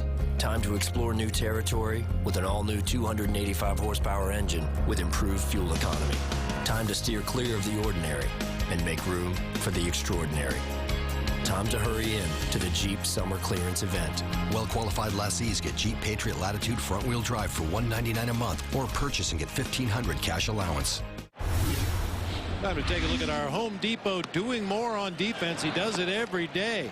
Good throw by Steve Clevenger. Great tag by Darwin Barney at second base on the short hop throw. I mean, that ball actually made contact with the back of Aoki's leg as Darwin Barney was catching it. You could see the ball hit in the webbing and also hit the runner in the back of the leg. Can't do it any better than that. Boy, catchers really appreciate those middle infielders that can handle those short hop throws or the throws that are a little bit offline at second base and still get that quick tag down in front of the bag. Darwin Barney has done a tremendous job at everything defensively this year, but especially that particular play. Good teamwork, and that was an important play to help Raley keep the Brewers off the board in spite of 3 consecutive hits. 1 strike on Carlos Gomez. Big series for him, 5 for 9 with a home run.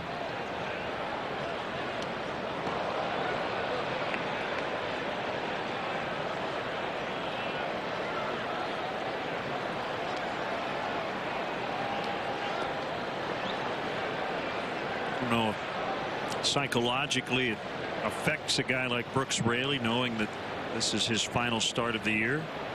I suppose for him this is game 162, even though it's the 130th for the team. Well, for a young pitcher in his first go round at the major league level, every game is game 7 of the World Series. It doesn't matter if it's your first start in the big leagues or your last start of the season. He's going to approach them all the same.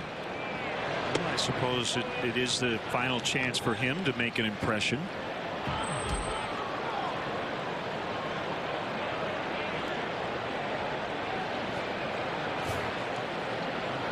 And it's 2-2. Swing and a miss, strike 3.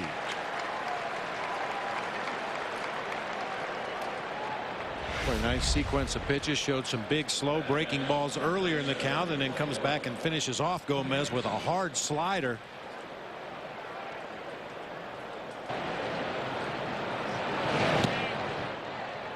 That's that theory about saving a pitch for later in the count. Showed him fastballs and big slow breaking balls early in the count and then got to the 2-strike count, went to the hard breaking pitch. Gomez thought he saw a fastball and swung right over the top of the slider. Cody Ransom in for Aramis Ramirez, and he taps it foul.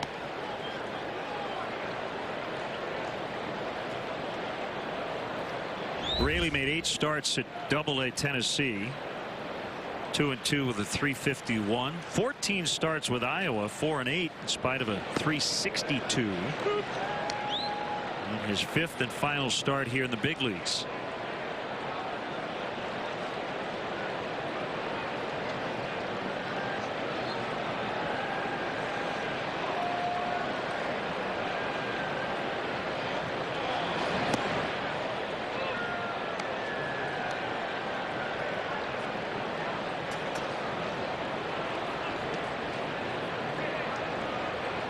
Ransom, well traveled.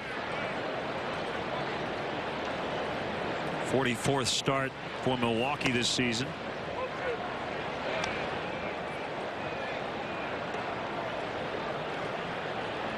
And with Ransom starting in place of Aramis Ramirez, pretty good chance we're not going to see Aramis in this ball game today. He started 119 of the first 129 games for the Brewers and doesn't have a pinch hit at bat in those 10 games he did not start.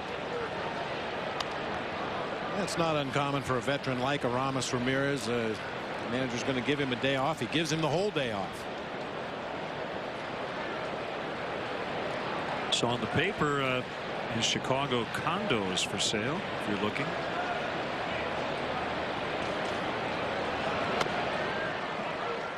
Ball 4, he walked him. We'll bring up rookie shortstop Jeff Bianchi, who 2 nights ago hit his first career home run. It would be a game-winning 3-run shot early on a 3-0 pitch from Travis Wood. That was a very enlightening at bat. When you allow a guy like Jeff Bianchi hitting in the 8th spot in the lineup to green light at 3-0, that tells you that anybody in this Brewers lineup is going to have the green light 3-0. Swinging bunt toward third, barehanded by Valbuena. He got him.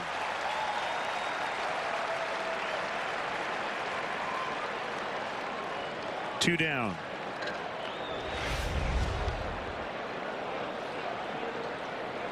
Well, you're glad that swinging bunt happened early in the count, because Luis Valbuena was playing even with the baseline to protect against a possible bunt. Made it a little bit of an easier play, but nice barehanded scoop and throw nonetheless. Now the pitcher Markham, who has 1 career home run. It came last year against Arizona. It was a grand slam off Daniel Hudson. The second grand slam by a pitcher in franchise history. The other was from a Seattle Pilot, Fred Talbot, in 1969. And the grand slam last year came in a loss.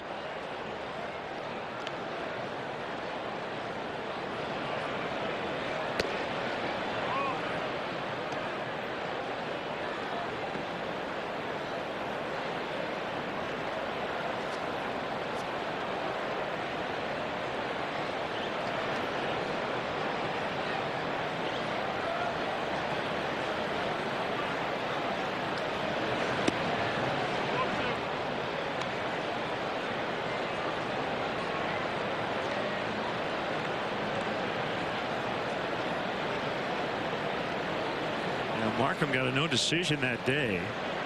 He had 4 runs in 6 innings, but he hit a grand slam and couldn't win.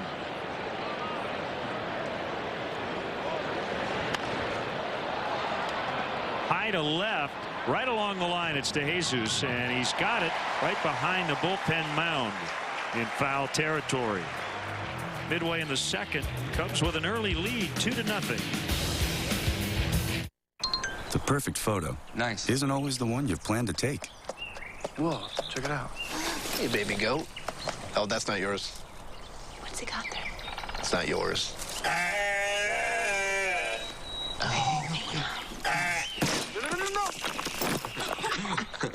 Now you can take a photo right from video, so you'll never miss the perfect shot. AT&T introduces the HTC One X, now $99.99. Rethink possible. It's a golden opportunity to drive a car filled with as much advanced technology as the world around it. With the available Lexus Inform app suite, use movietickets.com to purchase tickets. Search with listen to iHeartRadio. Presenting the 2013 Lexus GS, RX, and the all-new ES. During the Golden Opportunity Sales event, get great values on some of our newest models. Lease the all-wheel drive 2013 RX 350 with navigation for these terms, and we'll make your first month's payment. See your Lexus dealer.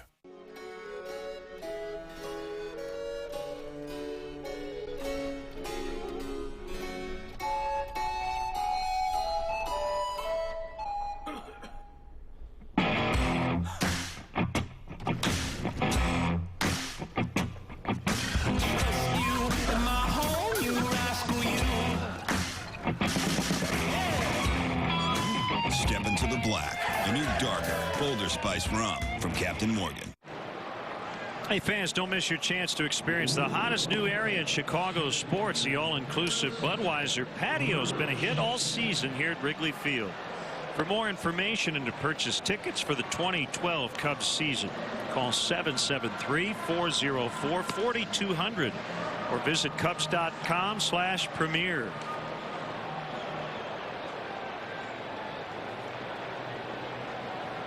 Brett Jackson will lead off the Cubs second, as they got a couple in the first inning off veteran Sean Markham.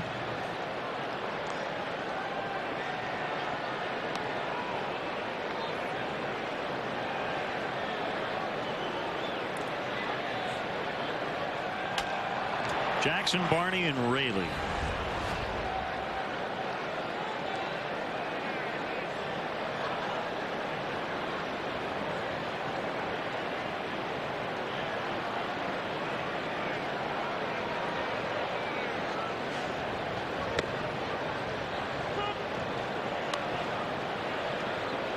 Strike on Brett.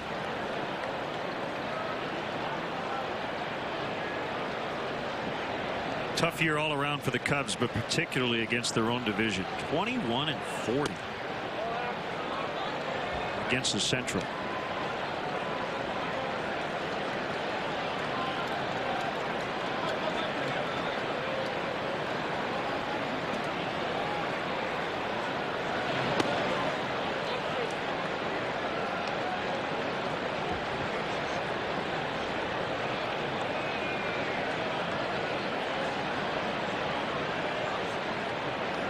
Markham really labored in that first inning.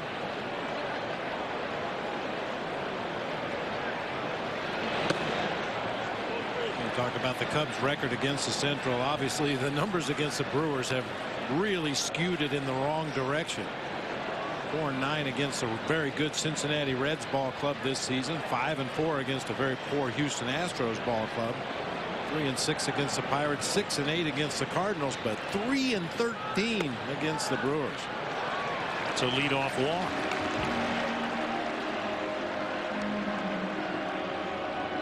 The leadoff walk would lead to 2 runs in the first inning. Let's see what happens here in the second. Now Darwin Barney, who got a break last night. I think it was deserved.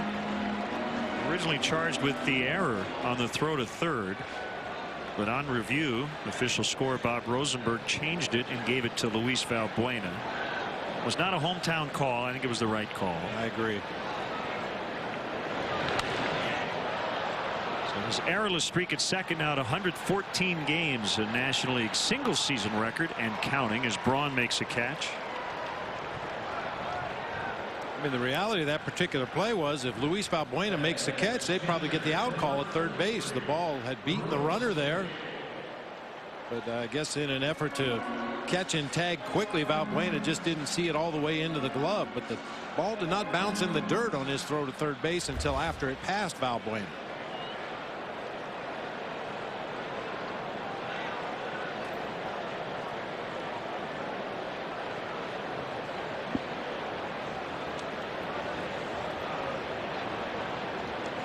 Raley already squaring to bunt, pulls it back.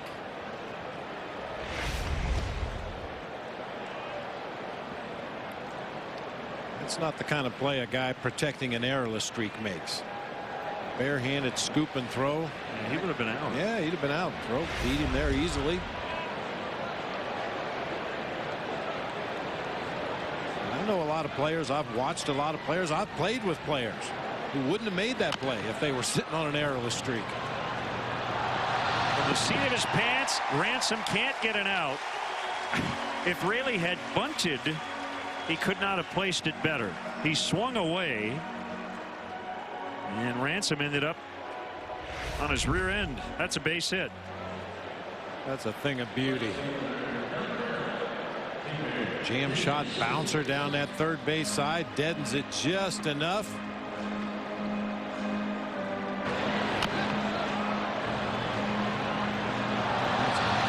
Just skidded out from underneath him. He was able to concentrate enough to make the play on the batted ball, but couldn't get anything on that throw from the seat of his pants.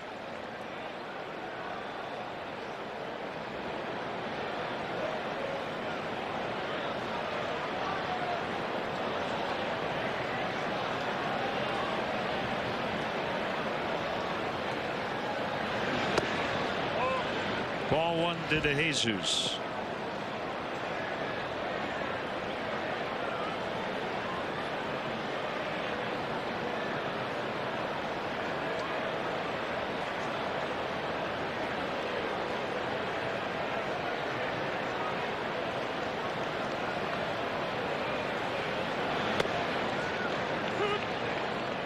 1-1.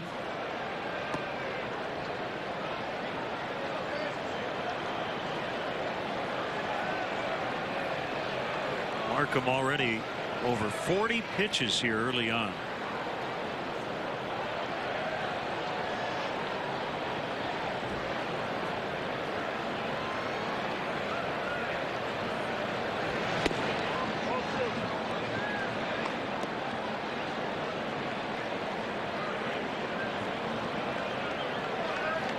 Well, if indeed this is his showcase for other ball clubs looking for some help down the stretch, to look real hard through the first 2 innings to find something good.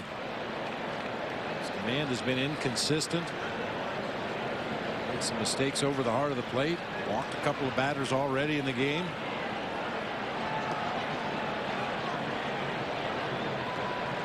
The elbow problems had him on the DL. He had some shoulder soreness early in spring training. Only made 2 official spring training starts.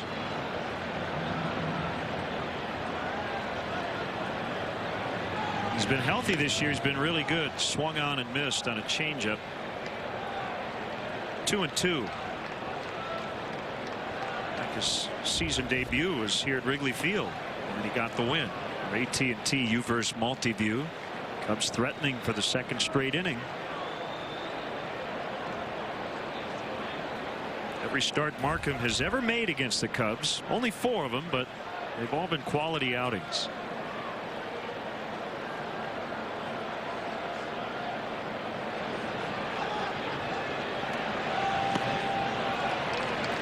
Another full count for DeJesus.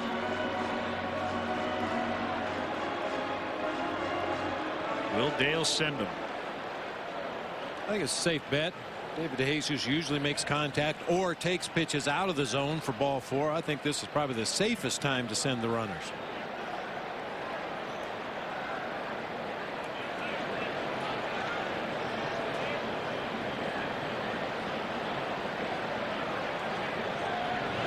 They're not going, and DeJesus with a base hit. Jackson's coming around third. Aoki will throw towards second. Actually, the ball ends up over third base.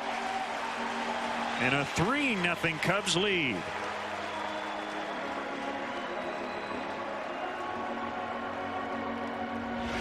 A good at bat once again by David DeJesus. I really think his first at bat of the ball game set up the entire first 2 innings of this game.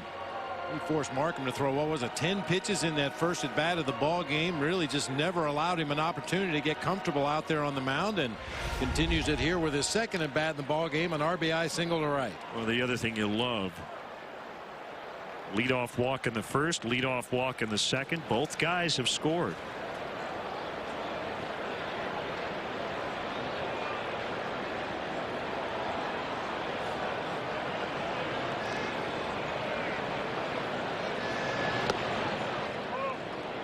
Well, if we learned anything playing against the Brewers this year, you can never have enough runs. Keep swinging it, keep scoring.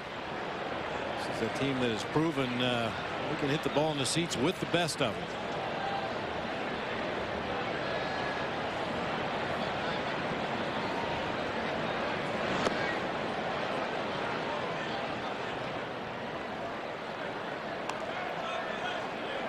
No, we never really got a chance to talk about it, but before Zach Greinke was traded to the Angels in late July, you may remember he started 3 consecutive team games. He got ejected in the first inning after 4 pitches at Houston. So Ron Renicky decided to bring him back the next day. That was a final game of the first half. And then 5 days later, he started the second half opener. And he did struggle in those last 2 starts and would ultimately have a start skipped because his routine got fouled up. But how about that? A starting pitcher starting 3 consecutive games. Bounce to first. Hart's going to step on the bag. The other runners advance.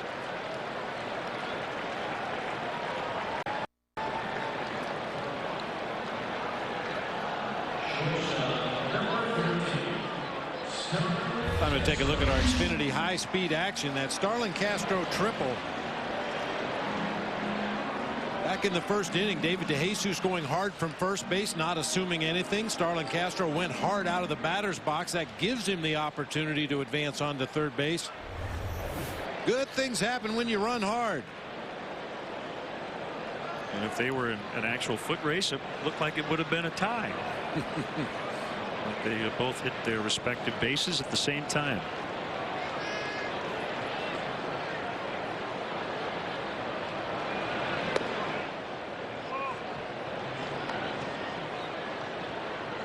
Well, you're leading 3-0, and while that feels comfortable, if you could come up with one big 2-out hit here, it could really open it up.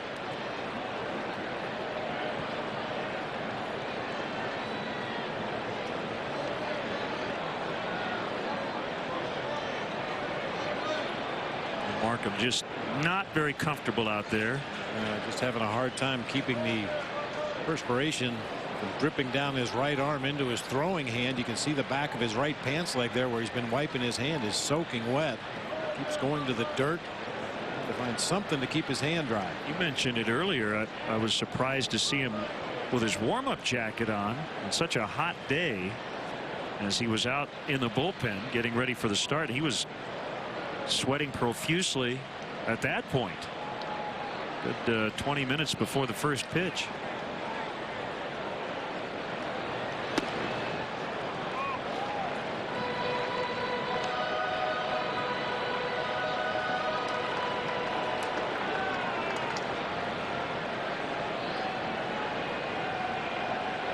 I'm sure this is not the first game Sean Markham has pitched under these conditions, but it's visibly annoying him out there on the mound that he can't seem to keep his right hand dry.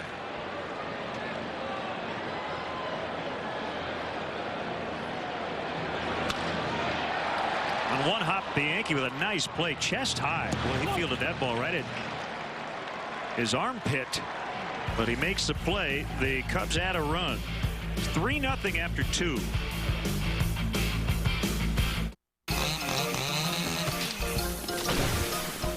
Humans. Even when we cross our T's and dot our I's, we still run into problems. Namely, other humans. Which is why at Liberty Mutual Insurance, auto policies come with new car replacement and accident forgiveness if you qualify. Visit a local Chicago office for details. Liberty Mutual Insurance. Responsibility. What's your policy? This copyrighted telecast is presented by authority of the Chicago Cubs and may not be reproduced or retransmitted in any form, and the accounts and descriptions of this game may not be disseminated without the express written consent of the Chicago Cubs. Patrick, Minnie, Patrick, Minnie. Who said good things don't come in small packages? Let it ride at Patrick Mini. All you need to lease a new 2012 Mini Cooper hardtop is $199 a month. $199 a month with 3 years, 36,000-mile, no-cost maintenance. Lease a Mini Cooper with a mini payment, $199 per month. Plus, only Patrick Mini has complimentary pickup and return for our customers. Patrick, Minnie, Patrick, Minnie. PatrickMini.com. A man cave is not a man cave without football, Jason. You need NFL Sunday Ticket. Well, I have DirecTV. He's kind of on a budget. I know. You want a deal. Yeah. Well, this year, I got you one, because you deserve it. You just got every game, every Sunday, at the lowest price in almost a decade. It's amazing you're successful in the NFL at that size. What better this do? Get NFL Sunday Ticket now at the lowest price in almost a decade, only with DirecTV. Tomorrow, it's a Gas Money Mini Marathon. Get caught up on all the excitement from episodes 1 through 4 from the game show that gives the fan on the street a chance to show off their sports knowledge and fill up their tank. Gas Money presented by Honda tomorrow morning beginning at 9, only on Comcast Sportsnet, fans' best friend. We're going to need some gas money to get back to Milwaukee after this series. Top of the order, Aoki Weeks Braun against Brooks Raley in a 3-0 lead.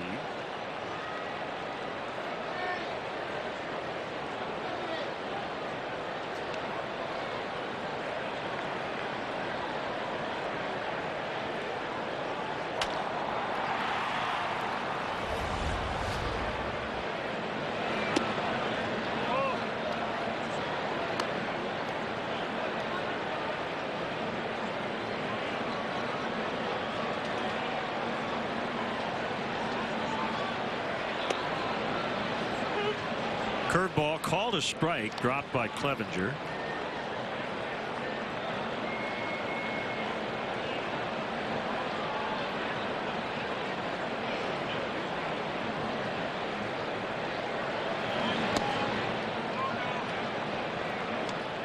Well, partner, I'm looking forward to seeing your former teammates, Mike Krukow, Dwayne Kuiper, as the Giants come in this weekend.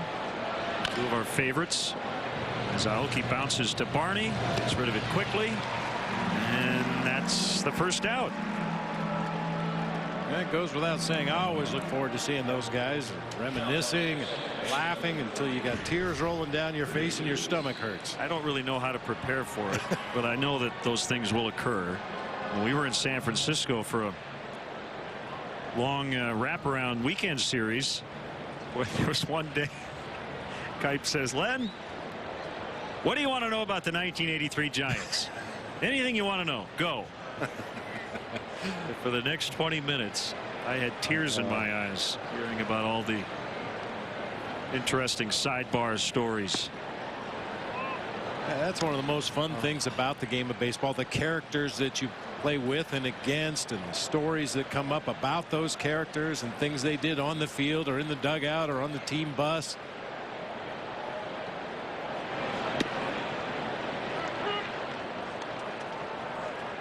Dwayne Kuiper is such an instigator. I mean, to this day, but back in his playing days, he was world class. He would get everybody else to do his dirty work for him. You know, he'd plant that seed. Hey, I can't believe Krukow said that about you. What'd he say? Oh, I'm not going to repeat it. Okay. Then Dwayne would disappear for an hour, and in the meantime, everybody in the clubhouse is arguing and pointing fingers at each other. He had nothing to do with it.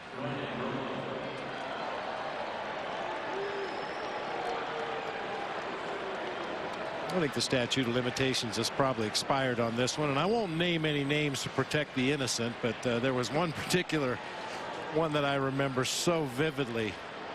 Kuiper was sitting on the bench, wasn't playing in the ball game, and I was sitting on the bench next to him because I wasn't playing either, and he said, "Watch this," and he went over to one of our coaches, and we happened to be playing the Phillies at the time, and Greg Gross, who was a really good pinch hitter throughout his career, and especially at that time for the Phillies, was in the on-deck circle, and Kipe went over to one of our coaches, and you know, I really hate that Greg Gross. He kills us every time we see him.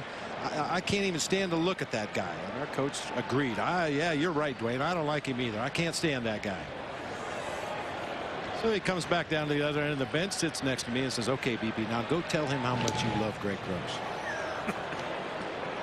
So I would go down, sit next to the coach. "Hey, listen, that Greg Gross, I'll tell you what, I'd take him on my ball club any day. He gives you good at bat off." I agree, Bobby. He's a real good pinch hitter. I wish we had him on our team.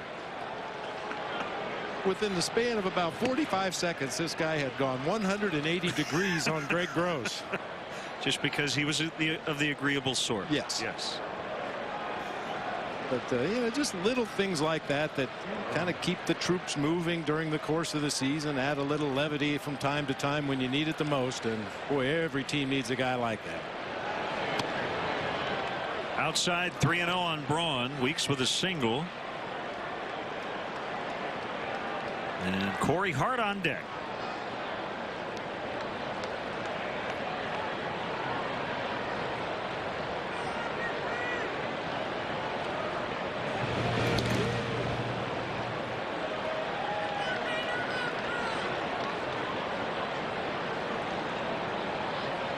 Well, needless to say, 3-0. Make a good pitch right here. Ideally, a fastball at the knees on the outside corner. That'd be a good place to go in this particular situation because you know Braun has the green light. And a base hit on the 3-0 pitch. Weeks will pull up at second. 2 more hits for Braun. And that pitch was exactly where I said he was going to try to throw it. A fastball on the outside corner at the knees, but his plate coverage is something else. It really is. He stands a long way off the dish, but he covers that pitch right off the end of the bat. Line drive up the middle of the field, but you know, we talked about Dale Swayman pitching away from slugging percentage, and you know, for sometimes with Ryan Braun, you'll take a single. You know, Braun, and we see him a lot. he seems to place the ball better than just about any hitter in the league. And by that I mean he hits the ball to where the defenders are not. A lot. Talk often about, you know, hitters try to hit the ball hard but really don't control where it goes. It really looks like Ryan Braun places the ball exactly where he wants to. The best I ever saw at that was Tony Gwynn, but you're absolutely right about Ryan Braun. He knows that if he swings at a pitch on the outer part of the plate, probably a better chance of getting a base hit up the middle than if you try to pull that particular pitch.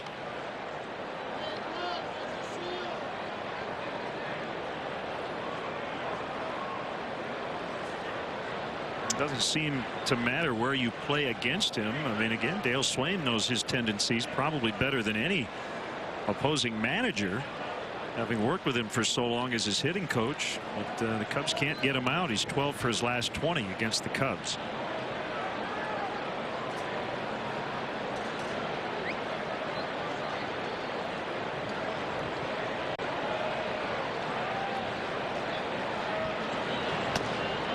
(2-0) now on Hart. So Raley working with a 3-0 lead, but in some trouble against the heart of this order. And that'll bring out Chris Bosio.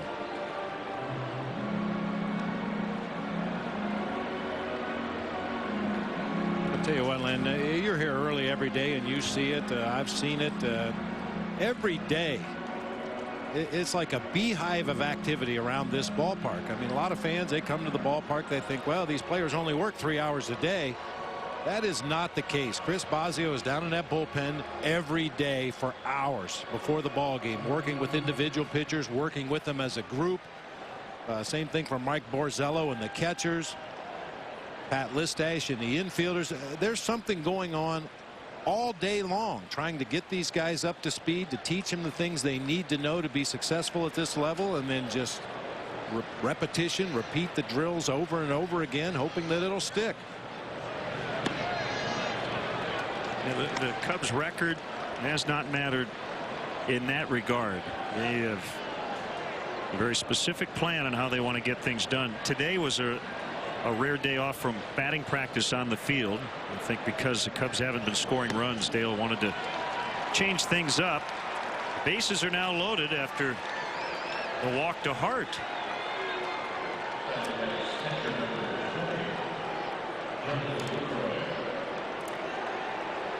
Here's Lucroy.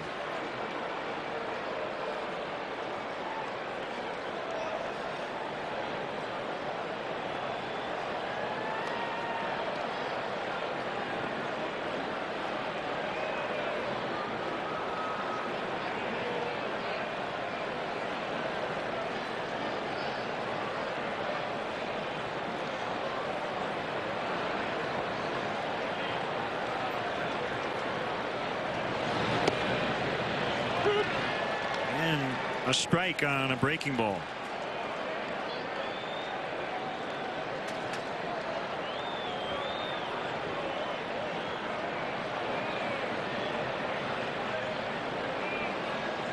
Got a tweet from Ben Rouse. He said, hey, do you guys possibly want to do an interview with me during the broadcast?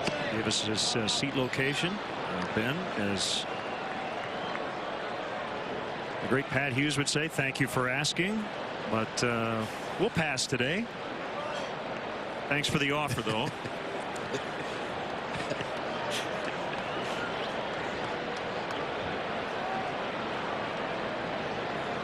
One on the way. That ball is crushed to left. On to Waveland, a grand slam, and the Brewers have the lead. Jonathan Lucroy hit one out of the ballpark.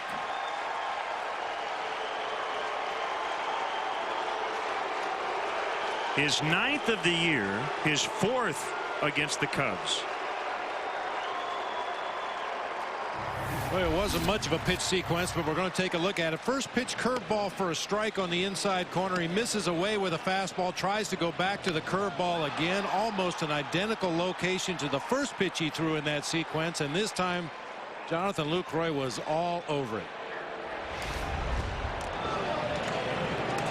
mentioned, he loves to pull, especially with runners in scoring position. He feels like he can do most of his damage to his pull field, left, center, and left. He got a breaking ball that he could do it with. Gomez hammers one into center.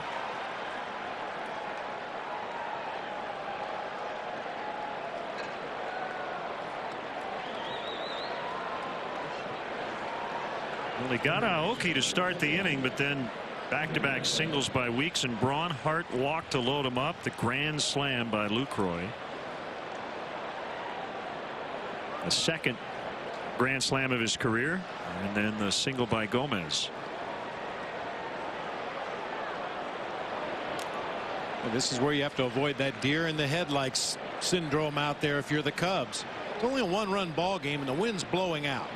Sean Markham definitely not on top of his game today. This is still a very winnable ball game, even though Brooks Raley just surrendered a grand slam. Avoid those feelings of despair. Avoid that here we go again feeling. You can still come back and win this game.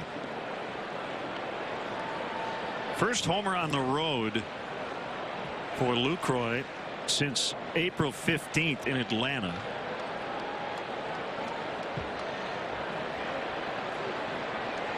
And with one swing, the Brewers have their first lead.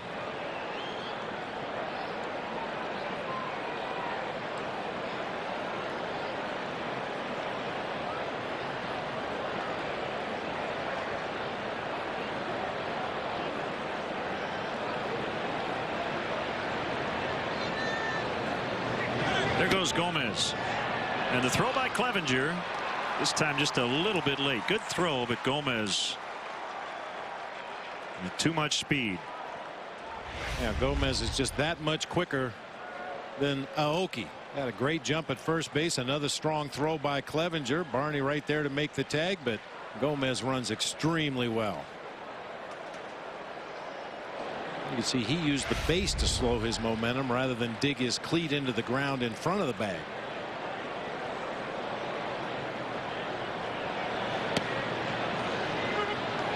A ball and 2 strikes to Ransom.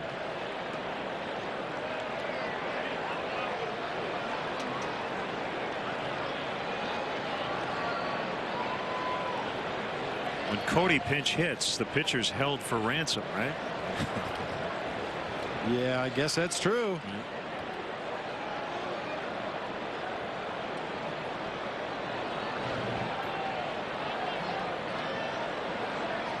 Ransom hasn't had a great offensive year, but his manager had a lot of nice things to say about him when we were up in Milwaukee last week. Yeah, his defensive prowess at a number of different positions. Solid fundamental player, just not having a big year with the stick.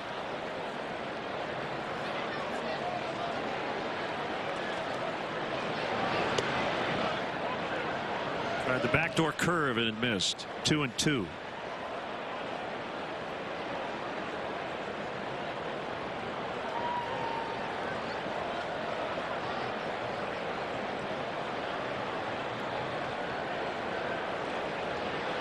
One out in the inning. Don't be surprised if Gomez tries to get a jump out there at second base and steal third.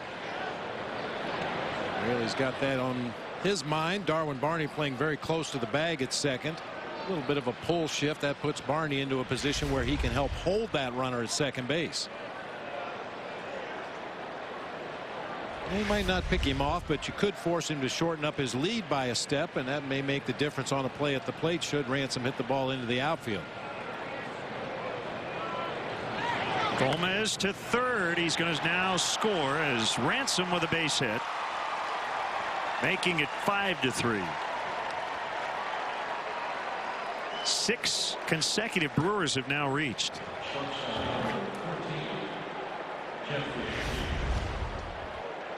Gomez was on the move, and because of that pull shift, Castro over toward the 5.5 hole just a little bit. Left enough room for that one to get through. That's a slider. Stayed up and out over the plate for Ransom. You can clearly see the top spin on that ball as he put it into play, helping it shoot through that infield for an RBI base hit.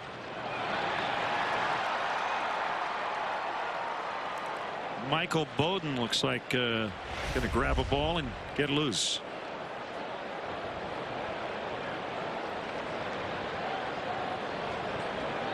Here's Bianchi, still only 1 out. Stats LLC tweeting that Lucroy now has 17 RBIs against the Cubs this season. The most he has against any other National League opponent, 5. The Brewers catcher with a huge year against the Cubs.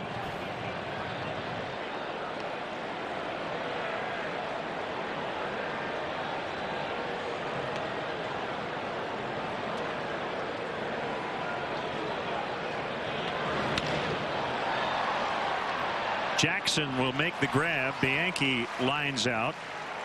2 down. Come support. Well, wait a minute. We have a deal. Oh, yes, Lipbaum, you read that Come one. support the Cubs as they battle the Giants tomorrow afternoon right here at Wrigley Field. Game time is 1:20, but come on out early. The first 10,000 fans through the gates will receive, well, Len ruined it, Cubs Lip Balm, compliments of Apple Vacations. For more information and to purchase tickets, visit Cubs.com. I do the tweets and the Facebooks, and you do the lip balm. All right.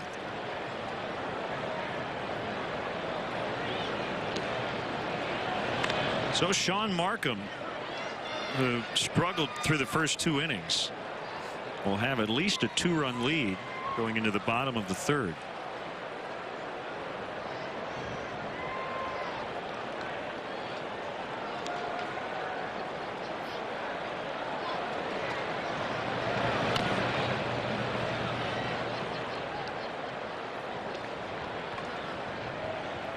Markham, who was born in Kansas City, pitched at the University of Missouri as a freshman. He then transferred to Southwest Missouri State, where he not only pitched but played shortstop as well.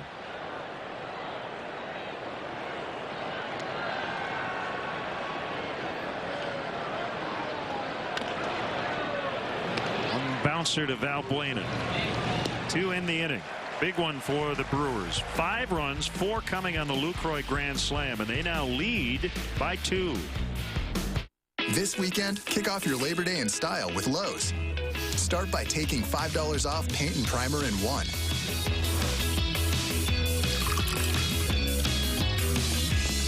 Then take 10 to 25% off all major appliances.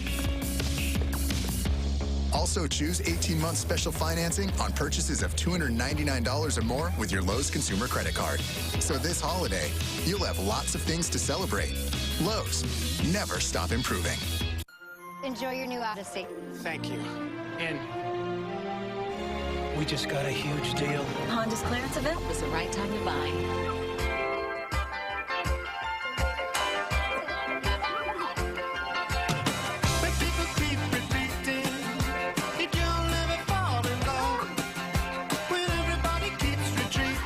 Find your own great ending at the summer clearance event. Now at Honda. Voted most trusted car brand by KBB.com.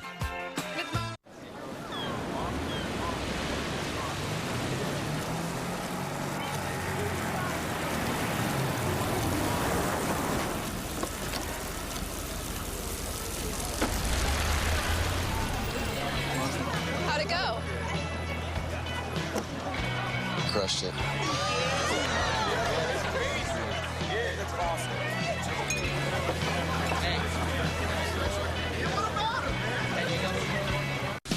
Tomorrow, Rizzo and the Cubs look to get the W flags waving as they square off with Ryan Theriot and the Giants at Wrigley Field. Coverage begins at 12:30 with Subaru Cubs pregame live. Cubs, Giants, tomorrow at 12:30 on Comcast Sportsnet. Hey fans, visit the Captain Morgan Club here at Wrigley Field with more than 40 flat screens, great food, and Wrigley's largest outdoor patio. Come celebrate a Cubs win and join us for the Captain Morgan Club post-game party featuring great music and Wrigley's friendliest staff. For more information, including specials and private party options, call 773-404-4750.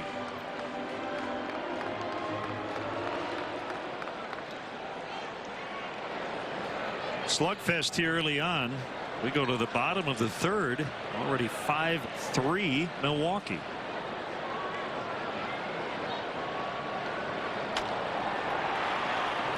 That was a final score in Baltimore today as the Orioles took 3 of 4 from the White Sox. Zach Britton, the left-hander, with a career-high 10 strikeouts over 8 innings.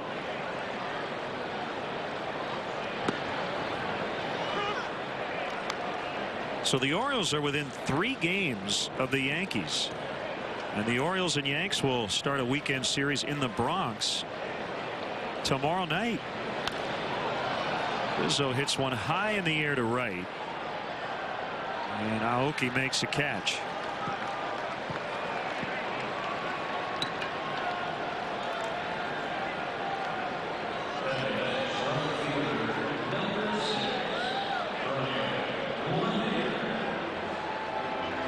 Pretty intimate crowd of 10,141. Those were the tickets sold at Camden Yards. We were watching a little of that game early, and there were a lot of empty green seats in attendance for a team very much in the playoff race.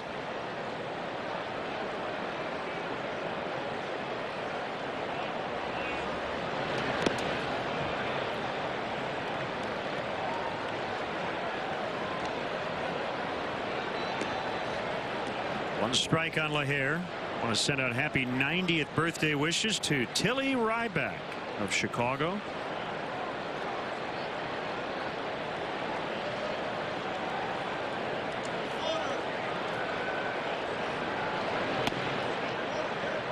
Oh, and 2.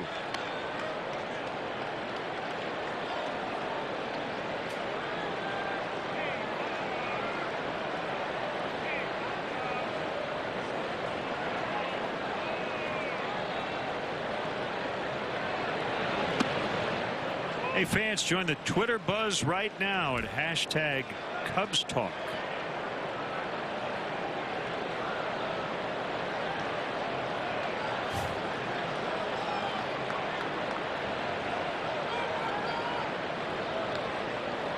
What's that item he has in his hand? What was that called? Pen? Oh, a pen. Yeah. That's right. Yeah, I didn't recognize that.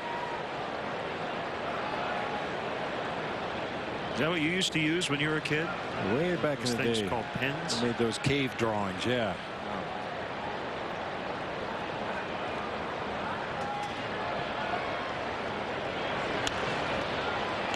Diving catch by Corey Hart in fair territory, according to Bill Welke. He robs LaHare. Corey Hart with those long arms and that long frame. May be relatively new to the position at first base, but the Brewers have really liked what they've seen out of Corey Hart, and with some of the knee issues he's had in the past, I have a feeling he's going to find a home there at first base.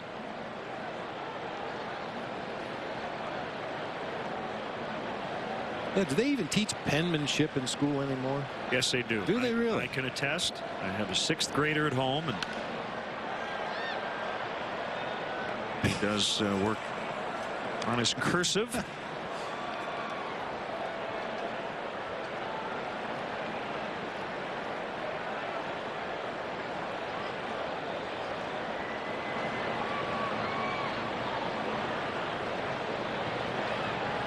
You know, I don't even think my son, no, he's never taken a what you would call a typewriting class, but, you know, keyboard operation. But he's quick with that index finger. Oh, yeah.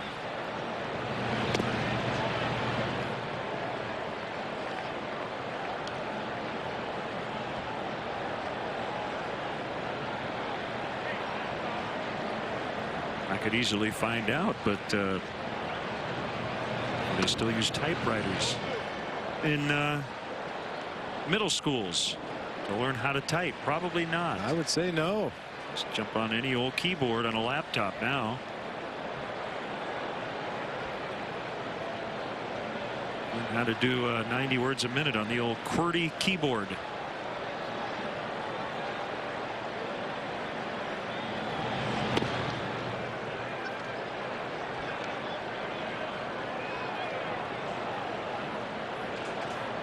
Good friend Jack Rosenberg still has his old manual typewriter. And we were over at his house a year or so ago, and my son Leo was trying to type on it. He literally could not press the button all the way down.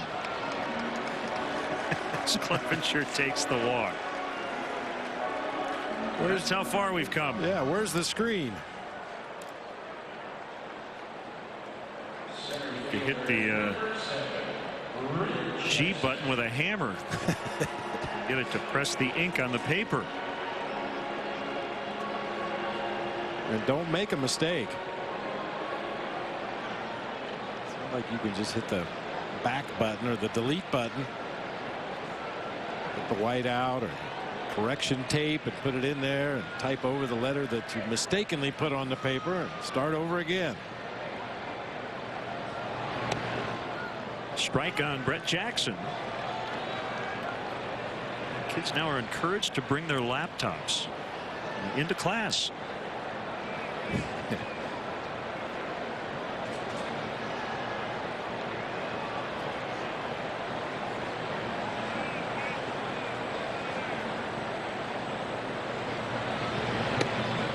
Foul tip, 0-2.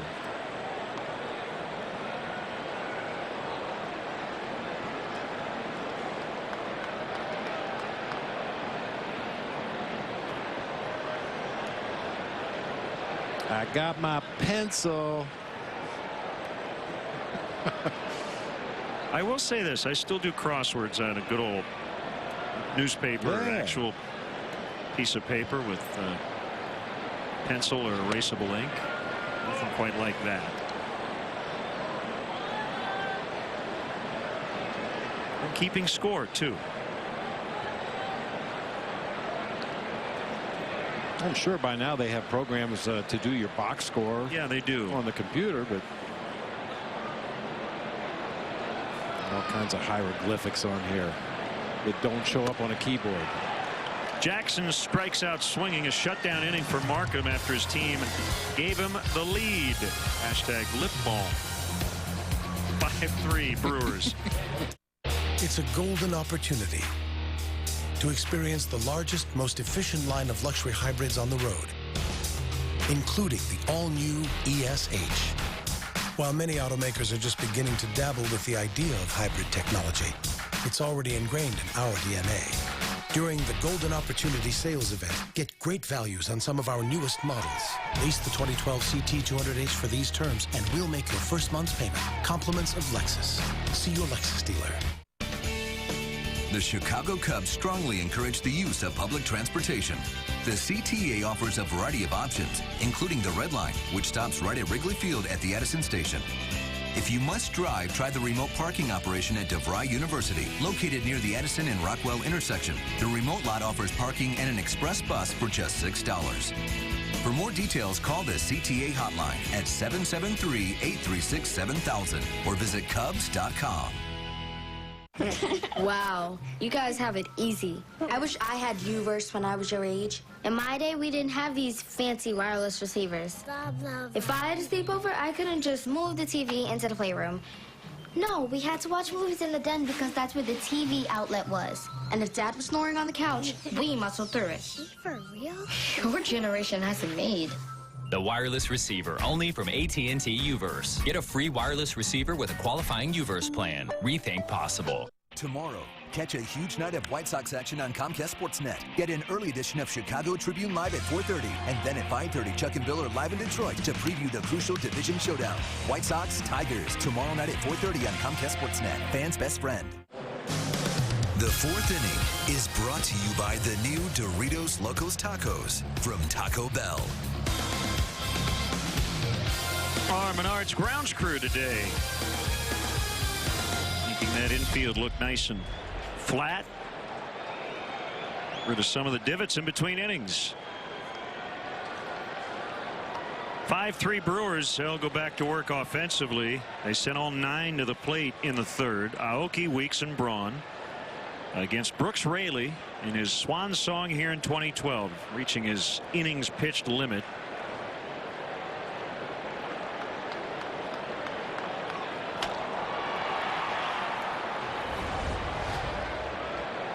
Lefty versus lefty, corner men in. Ball one.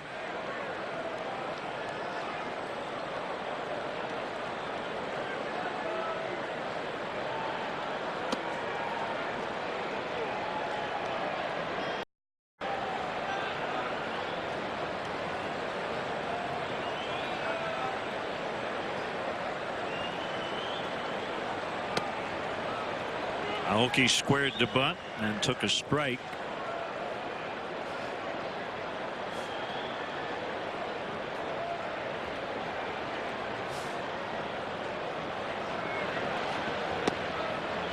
Two and two, back in it.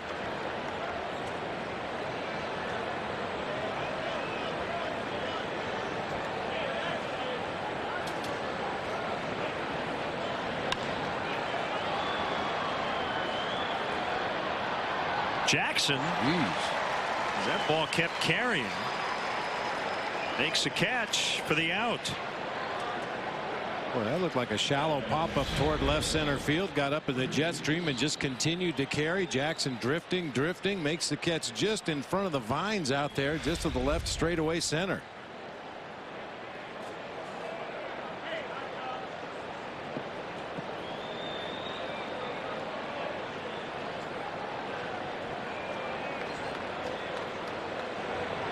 Weeks has seen his average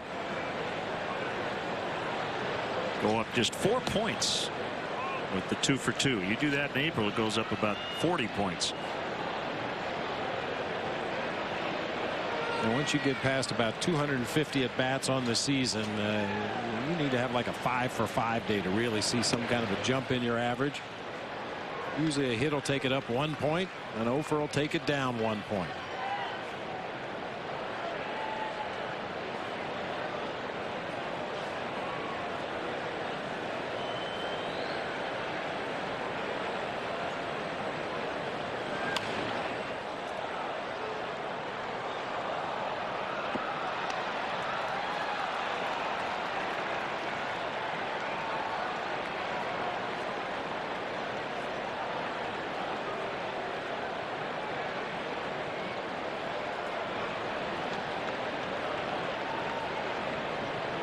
One and two on Weeks. Braun on deck. They've combined today to go 4 for 4 with 2 runs. 2 and 2.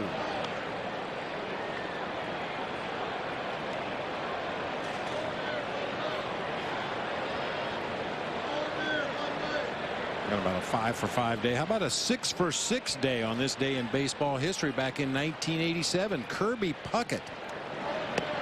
6 for 6, drove in 4 runs, including 2 homers and 2 doubles. That was against the Brewers at County Stadium.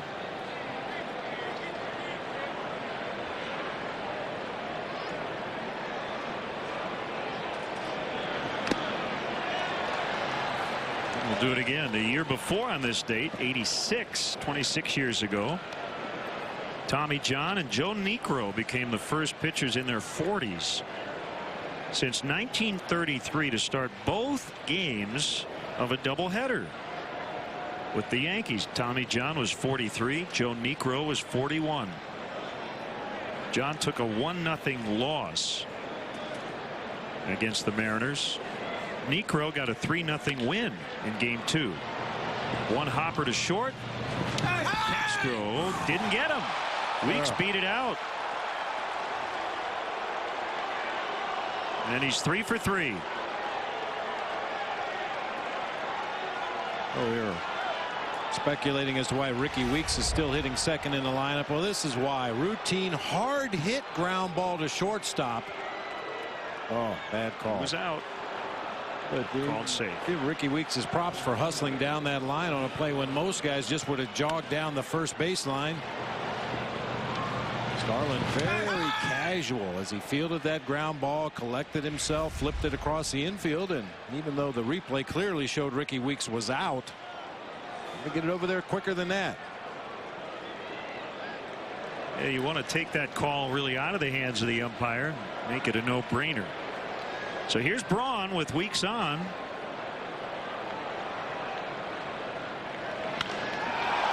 Crushed to center.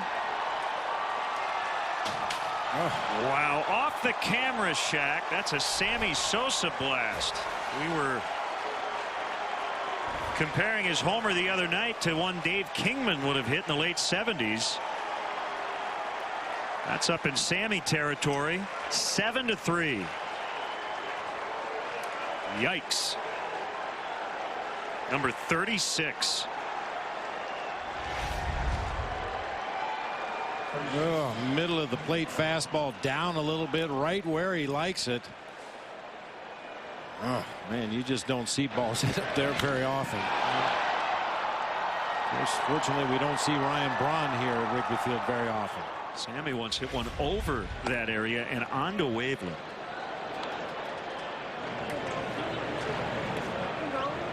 So safe to say Braun has hit the 2 longest shots, at least with the naked eye. That would be our guess here at Wrigley this season.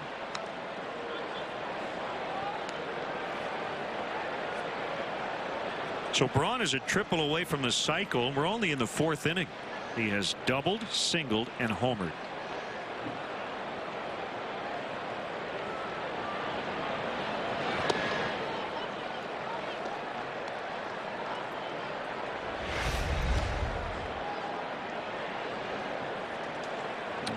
Supposed to be on the outside corner, straight back over the heart of the plate, and that's a bad place to stray. That's the wrong alley to go down late at night to Ryan Braun. If you're going to miss further off the plate. That time that pitch strayed right into the happy zone.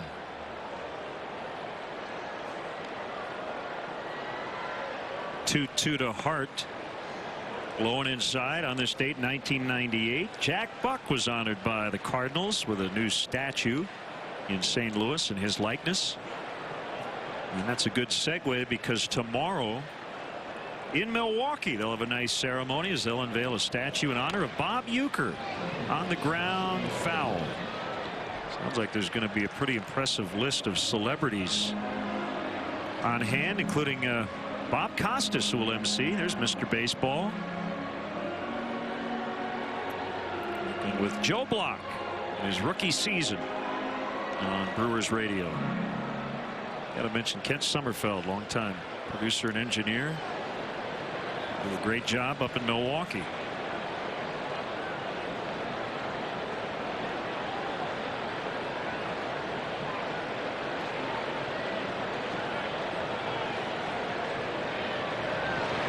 Swing and a miss. He struck him out. Time now for today's AT&T Mobility trivia question. Who are the last 3 teammates to finish in the top 3 in extra base hits in a season? The Brewers are trying to do that this year. Aramis Ramirez started the day leading the league with 65, but he's off today, and Ryan Braun has passed him with 2 more to get to 66. Corey Hart currently 4th with 59, a couple behind Jay Bruce.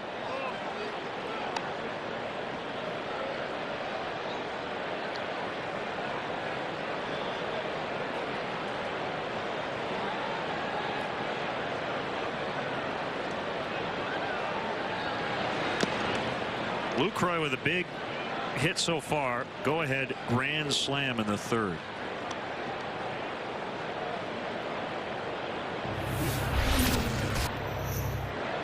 He was sitting all over the Brooks Raley curveball, got it down and in, golfed it high out of here to left field, out onto Waveland Avenue. It looked like a pop-up compared to Ryan Braun's.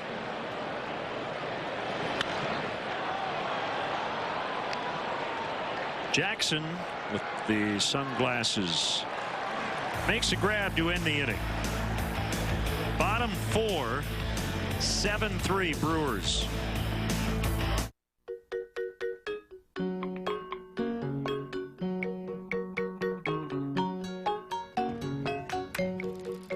At Southwest Airlines, we're always looking for new ways to make you happy. And we know what really makes you happy are new places to fly. Now you can fly Southwest Airlines' new nonstop service from Chicago Midway to Atlanta. Book all of our destinations online, only at southwest.com. This is Mission Control. You are go for re-entry.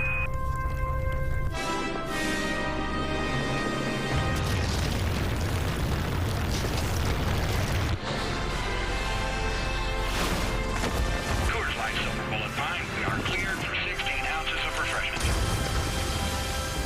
Resealable cap disengaged. That's one giant pine for mankind. Cross-brewed Coors Light, the summer's most refreshing beer. You can listen to satellite radio. You can make a hands-free call. You can relax in the comfortable interior. But with a proven 5.3-liter Vortec V8 and a high-strength steel frame, you can't take the truck out of the GMC. Celebrate Labor Day and get 0% financing plus no payments for 90 days on any 2012 Sierra. Or get a total value of $6,500 on this specially equipped Sierra. Or qualified buyers trade up to get $8,000. It's your updated list of extra base hit leaders in the National League. Ryan Braun has just passed his teammate, Aramis Ramirez. That'll lead into our answer. The AT&T Mobility trivia question. Last team to have 3 guys at the top of the league in the golden era of baseball, 1960. The Yankees. Maris Mantle Skowron.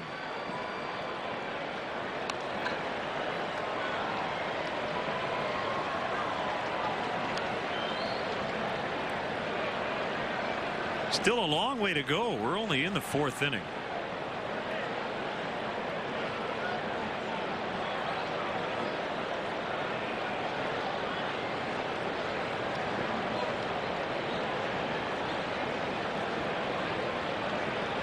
Darwin Barney will dig in.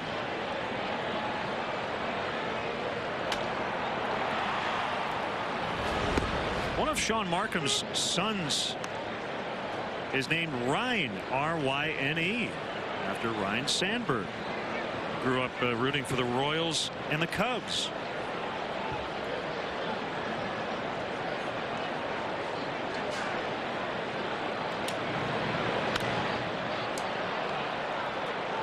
Shallow left, and Bianchi gives way as Braun makes a catch for the out.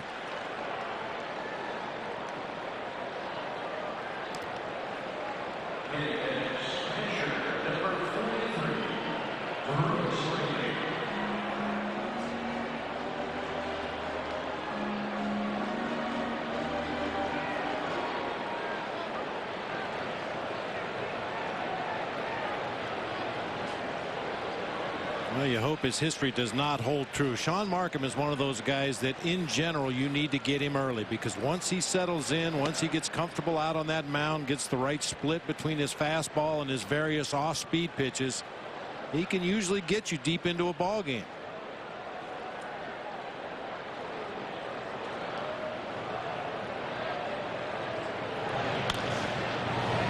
Backhanded neatly by Bianchi. Raley hustling, but he's out by a step.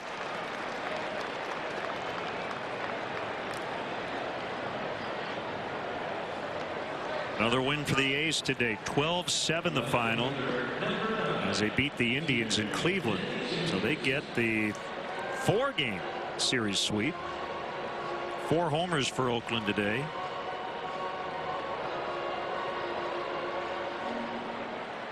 The Indians have dropped 5 straight and 27 of 32.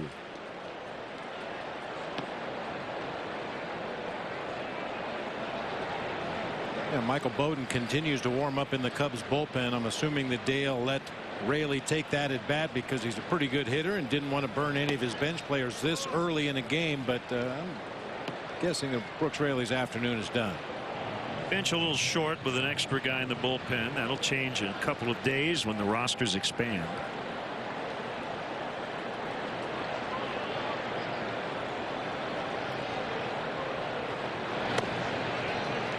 So while the Indians are cold, according to Baseball Reference, the Astros have gone 8-47 over their last 55, and something's going on here with Sean Markham. He shrugging his shoulders, but Ron Renicky and one of the Brewers athletic trainers saw something they didn't like.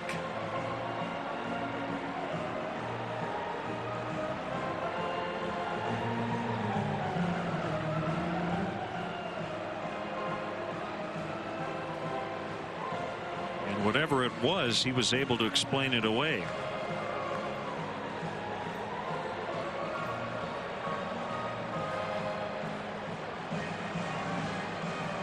I didn't see anything in particular from Sean Markham. Of course, we don't see him as often as his own training staff and manager do, but Right there. Maybe a little cramping in the hamstring. Reached over and grabbed the front of his right shoe and pulled it up toward his knee. Maybe a calf cramp. So the Astros have joined the 16 Philadelphia A's, who went 4-51 during a particularly awful stretch, to have at least 47 losses over 55 games. 8-47 for the Astros. I'd like to win 4 games over 2 months. I wouldn't. That's not even good in football.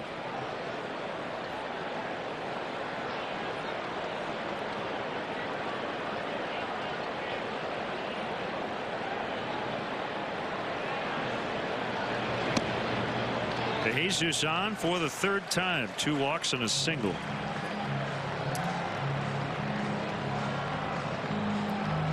So Markham has walked 1 every inning.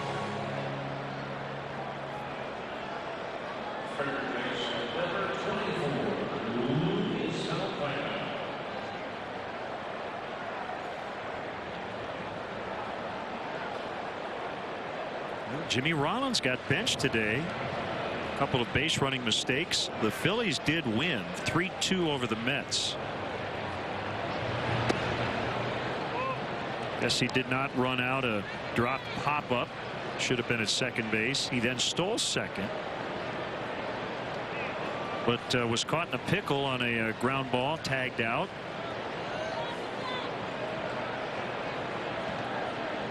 And eventually his manager, Charlie Manuel, took him out. Good for Charlie.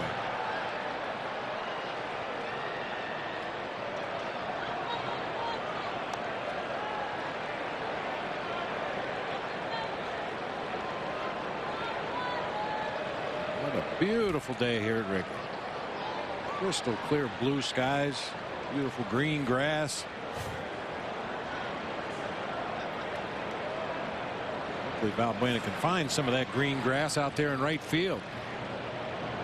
One in the gap. And he does into right. De Jesus is going to head to third. Here comes the throw by Aoki. It's late.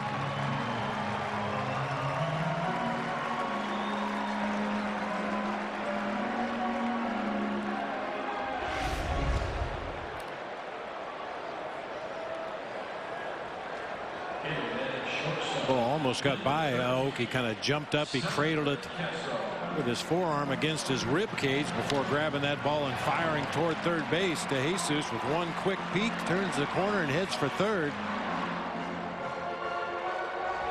Well, you've said it a couple times already. A lot of baseball left to play here today. Keep grinding out those at bats.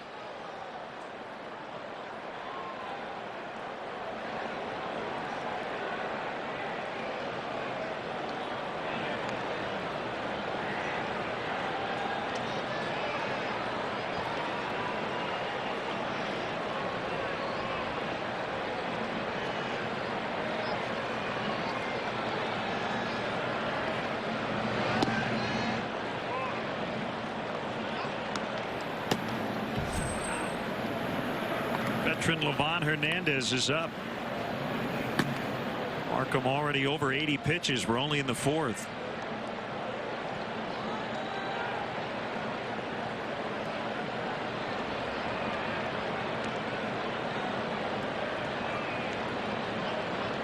Slight delay. I think a ball got loose from the Brewers bullpen out toward the right field foul pole.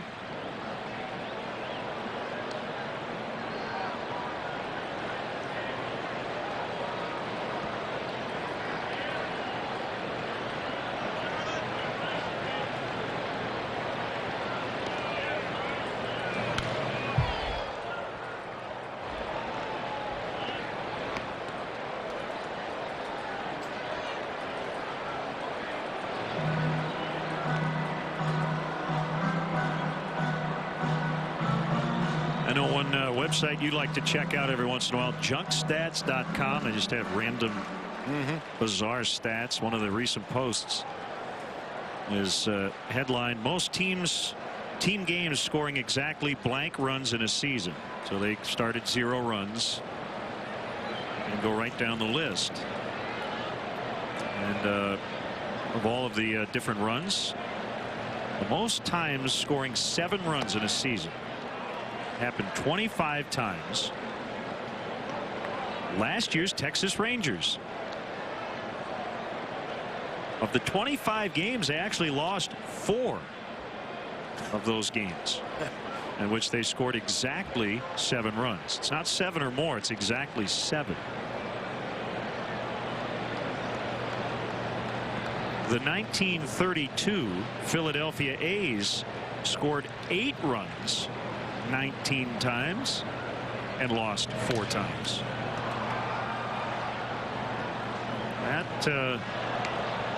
That was definitely part of the live ball era. Oh yeah. I'll take 8 runs and try my chances any day of the week, though. Yeah. Let's see what I want to see what the Yankees batting average was in 1932. World Series champs, and remember they beat the Cubs. They hit 286 as a team that year. And 160 home runs. Lou Gehrig knocked in 151. Babe Ruth 137 RBIs. 4 guys who had at least 100 knocked in as Castro swings and misses to end the inning. A laborious outing here for Sean Markham, but he leads by 4 after 4. To see how this 60-inch Sharp flat screen rates with our blue shirt, we asked Sonny to beta test one in his home. The exciting thing about Sharp is that they offer the largest LEDs on the market. We're talking 60, 70, 80, 90 inches. That's huge, which means any seat in the house is the best seat in the house. Sports, movies, everything is just that much better. I'm keeping this thing. Beta tested, blue shirt approved. Right now, get this Sharp 60-inch LED for just $11.99. If it's not your perfect match, we'll pick it up and take it back for free. Only at Best. Summer travel begs the question, are we there yet? Well, at the Dodge Summer Clearance event, you'll get things like Super Stow and Go, available 8.4-inch touchscreens, and seating for up to 7. So it's safe to say you may never hear, are we there yet, again. Start your summer at the Dodge Summer Clearance event. Get $1,750 total cash allowance or 0% APR on the 7-passenger Dodge Durango equipped with a V8 engine. I have evidence that proves my dad's a space alien. Speaks a weird language. Drinks green stuff. He says he's from Albuquerque. I'm not buying it. I mean, just look at him. And one more thing. He has a spaceship. The evidence doesn't lie. My dad's an alien. The highly advanced Audi A6, named to Car and Driver's 10 Best. Experience the Summer of Audi event before September 4th and get exceptional values on the Audi you've always wanted.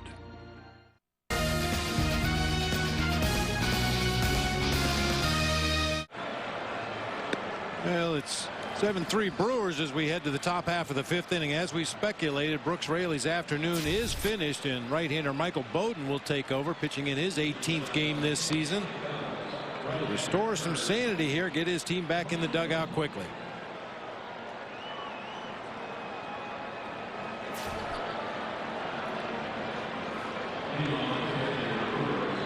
So he'll face Carlos Gomez.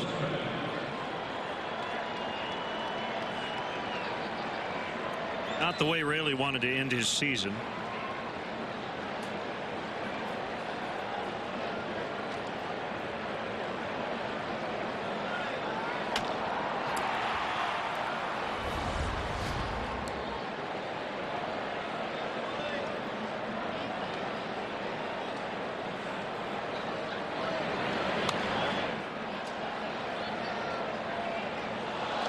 Ron Renicky letting Carlos Gomez get a lot of playing time here.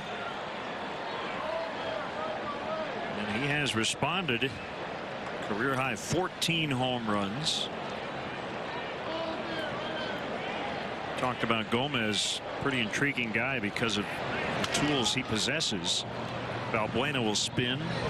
Not a good throw, but Rizzo able to stay on the base.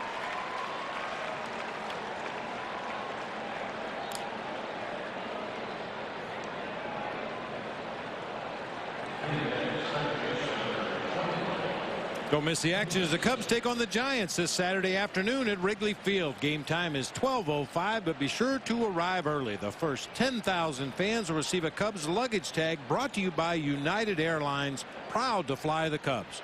For more information and to purchase tickets, visit Cubs.com. That's Bob Brenly, our lip balm and luggage tag. That's guy. right. I wonder if any other team in Major League Baseball has a lip balm giveaway day. I like it. We're going to get some, I hope. You can never have enough balm. Really? You know what I mean? Ransom out into the gap. We've been to a few ballparks this summer where they ought to have mouthwash day, but never seen lip balm. A walk, a single, and a double for Ransom. Oh, and that ball was struck well that time to the gap in left center field. A screaming line drive. It's so hard that the Cubs actually made it a close play at second base. And Ransom was running hard out of the box, but a quick throw back to the infield made it a close play at second base.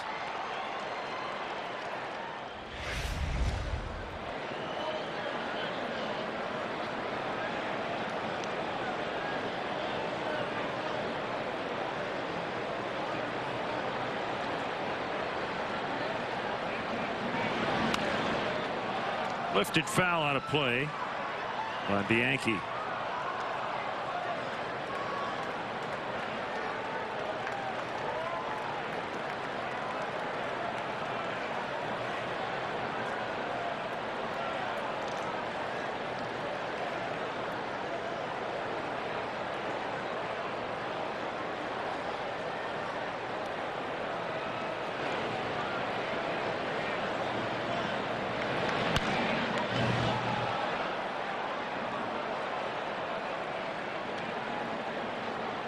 Bobby played on some really good teams in San Francisco.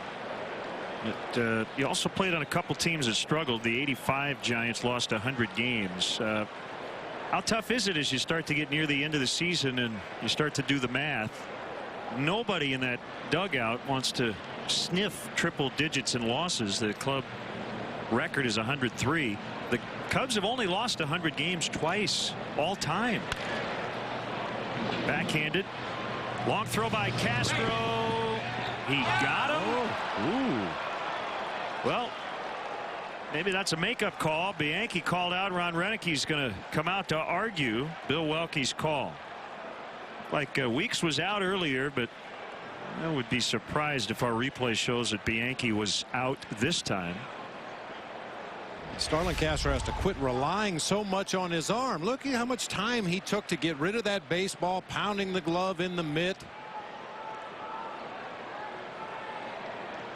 Got to get it over there, especially to those guys that that run pretty well. See the ball's in the dirt there. Foot on the bag. I mean, there's no question Starlin has a cannon for a throwing arm, and he's usually very accurate with that throwing arm, but he just takes such a long time to unload the ball.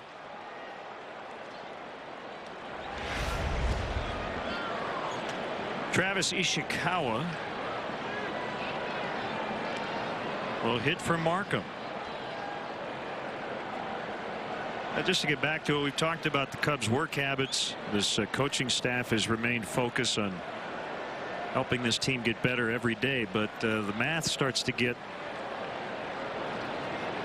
a little too realistic, so to speak. Yeah, that's where you really just have to try to get your guys to focus on each at bat, each inning, each game. Don't worry about what happened yesterday. Don't worry about tomorrow. Just do what you can today to make yourself a better player. Try to help your team win a ball game, and then once that game is gone, forget about it and move forward. Learn from your mistakes.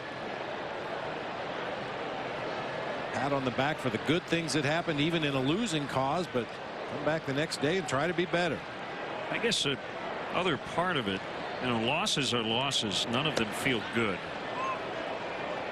But when the Cubs have lost for the most part this season, they've been beaten. And I think, you know, the 3-error inning last night, those innings unfortunately do happen over the course of a season occasionally. And when you're scoring runs, you can make up for them, but you never want to beat yourself. No. That's a bad feeling.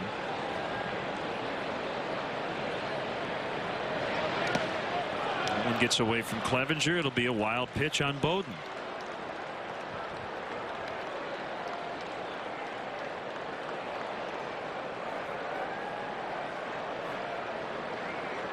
Well, they've got a lot of teams coming up on the schedule.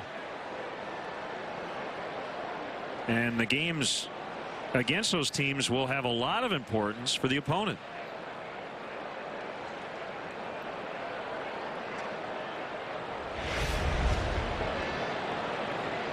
You talk about that 85 Giants team when we lost 100 games, and that wasn't a young learning ball club. That was a lot of veteran players. Picked up by Valbuena to end the inning. Well, that's what you hang your hat on, is the Cubs are building here. As tough a season as it's been. 7-3 Brewers. Mark. Welcome to Midas. I'm Claire. My car's making a funny noise. All right, let's have a look at it. So how'd you hear about us?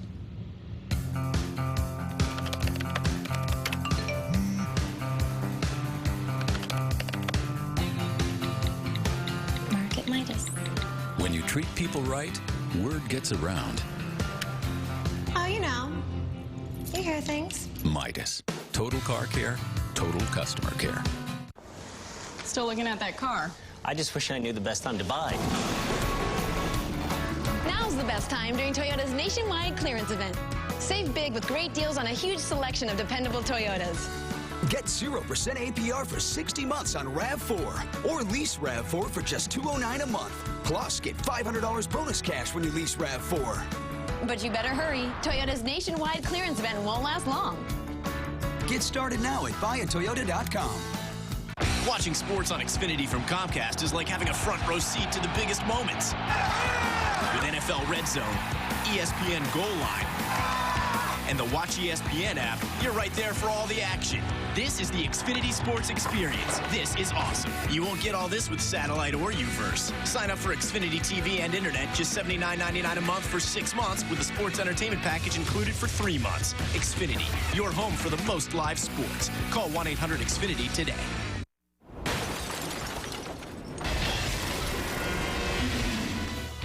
Hi, I'm David Kaplan here with a Coors Light Cold Blast Sportsnet Central update. Notre Dame has suspended radio color commentator Alan Pinkett for the season opener in Ireland.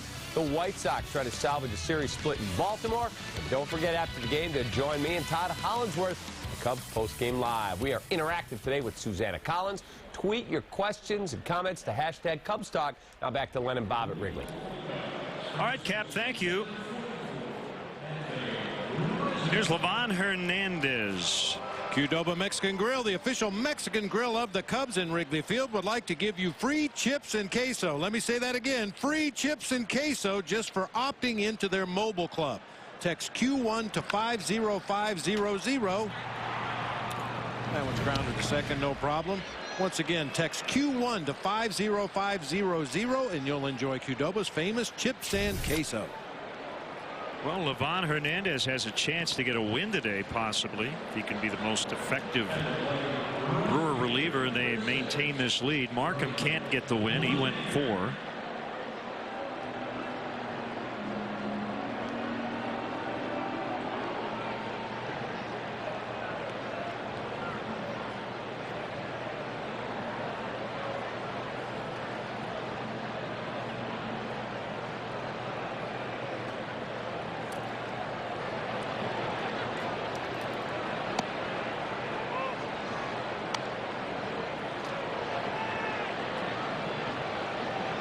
On LaHare.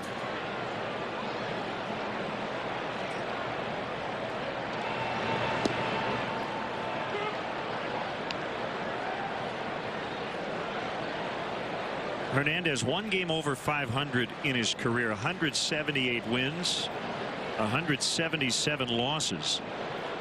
He made 18 appearances earlier this season with the Atlanta Braves. And it's interesting because before he pitched for the Braves, he went 9-18. against Atlanta in the regular season in his career, but 3-0 in the playoffs. So couldn't beat him in the regular season, but when it mattered most, he didn't lose to him. He was the NLCS MVP and the World Series MVP back in 1997 for the Marlins. Well, even on his best day, Livan Hernandez could be just absolutely infuriating to watch. Very deliberate worker. Look at that. Yeah, you see that, just flipping breaking balls up there at 60 miles per hour. The hair thrown out at first base. If he had a couple of hitters leading off an inning that he'd had trouble against in the past, he might pitch around him, put 2 guys on base with nobody out, and then go to work and somehow find a way to tap dance out of trouble. Always had traffic on the bases, but was always a very good fielder, a very good hitter, and a very good base runner.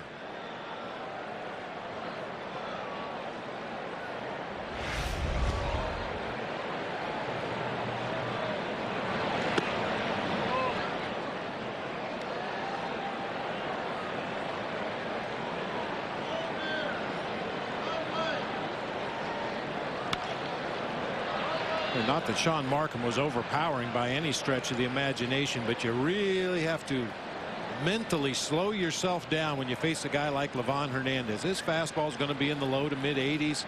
He'll throw a lot of off-speed pitches at a variety of different speeds. Just don't think you're going to sit back there and get a 90-mile-an-hour heater down the middle of the plate, because you will not see that from Livan Hernandez. Number one, he doesn't throw 90 anymore. Number two, he rarely throws it down the middle of the plate.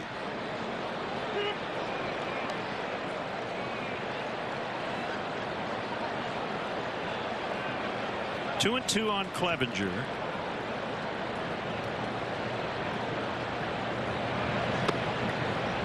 Fastball at 85 is outside. Full count, 3-2. Brett Jackson on deck.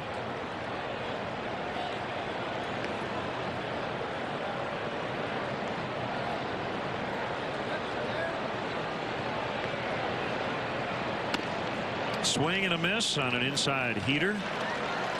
Cubs go down quietly in the 5th and trail 7-3 as the Brewers go for the sweep. Is it a car or the open road ahead of you? Just a trip or the chance to escape from it all? Money or the freedom to do whatever? Promotions at Potawatomi Bingo Casino. No skill needed, just a little luck, and you're taking home $250 grand. Punch it, now through mid-September. There's always more to win at Potawatomi Bingo Casino. Nissan Summer Savings is ending soon. But before it does, we're bringing you up to $1,500 holiday bonus cash on top of existing offers on popular models. A $219 lease for 24 months on the all-new Altima. Save up to $3,500 on the cargo-capable Rogue. Now get up to $1,500 bonus cash. Visit ChooseNissan.com. Test drive at your local Nissan dealer today. Hurry, bonus cash ends September 4th.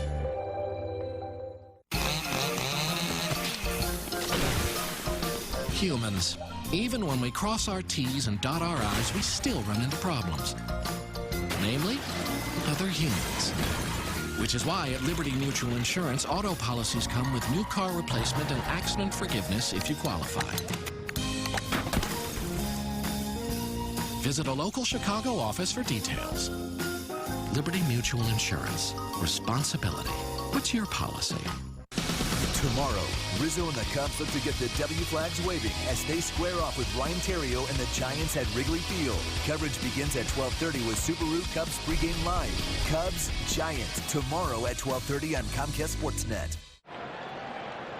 Hey fans, next time you want to catch a Cubs game, head to StubHub, where you'll find the seats you want and the freedom to choose where you want to sit. StubHub is the official fan-to-fan ticket marketplace of the Chicago Cubs. For more information, visit Cubs.com/StubHub. Well, StubHub's been a great partner of the Chicago Cubs, and this is by no means directed at them, because I know they didn't write that copy, but I still don't get that.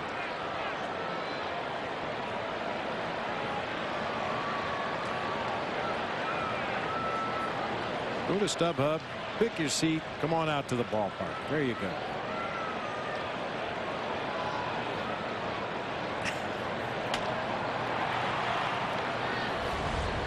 We don't write them, we just read them.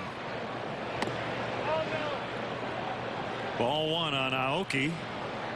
Hey, I mentioned earlier we got a text from Ben Rouse who asked if we wanted to interview him. Actually, Ben is the Brewer fan. He's going to all 162 Brewer games. And, he has overcome acute promyelocytic leukemia, APML it's called. So he's raising awareness. Let's see, I've got his website here. But yeah, we heard he was going to be obviously at all the games, and if I can find some information on a website here, link, I will pass that along. Good to have Ben in the ballpark. Absolutely. Yeah. Boy, what a great way to spend the summer, huh? Following your favorite team around. Aoki pops it up on the infield. It's caught by Darwin Barney.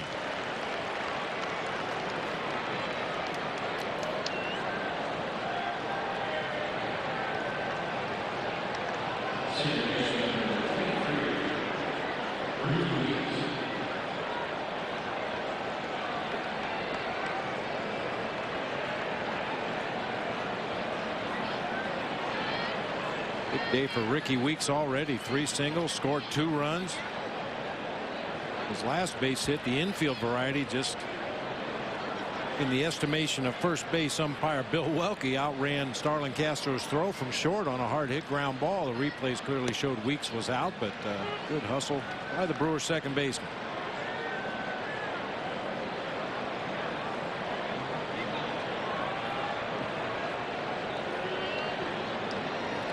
So Ben had a bone marrow transplant. As Weeks just rips that one into right center, and it's going to roll past Jackson to the wall. Weeks is 4 for 4. 3 singles and a double.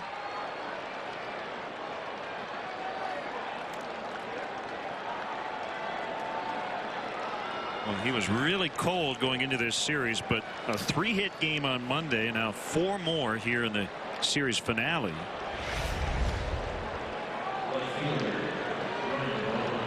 Three hard hit balls in a game, and none harder than this one. I mean, when you bang it past the center fielder, who's standing probably about I don't know, 370 feet from home plate, and Brett Jackson can't react quickly enough to get over and cut that ball off, you know it was hit hard.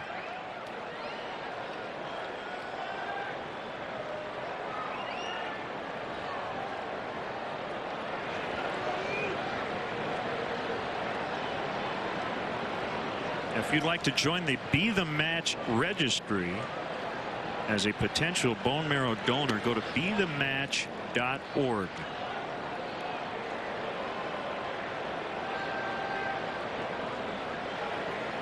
And Braun a triple away from the cycle. He doubled back in the first inning, singled and scored in the third, and then hit a 2-run homer in the 4th inning.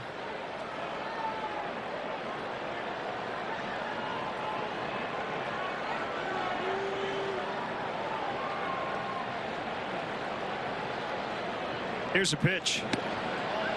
Outside, 2-0. And we talked about Braun's plate coverage earlier in the ball game.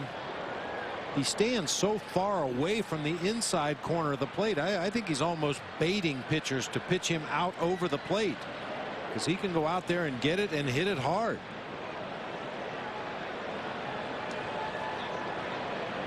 That's where the Cubs are going. Outside corner. Just off of the outside corner with a slider.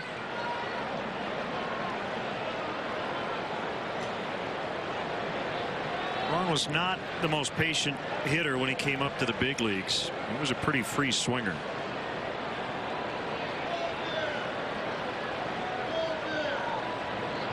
He has learned to lay off pitchers' pitches.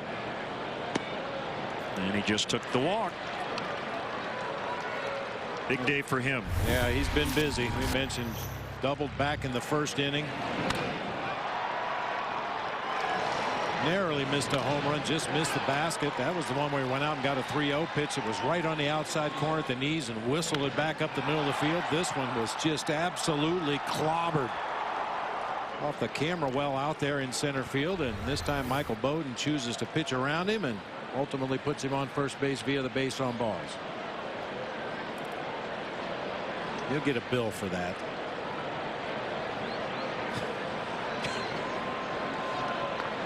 Just a flesh wound. Yeah. 2 on for Corey Hart.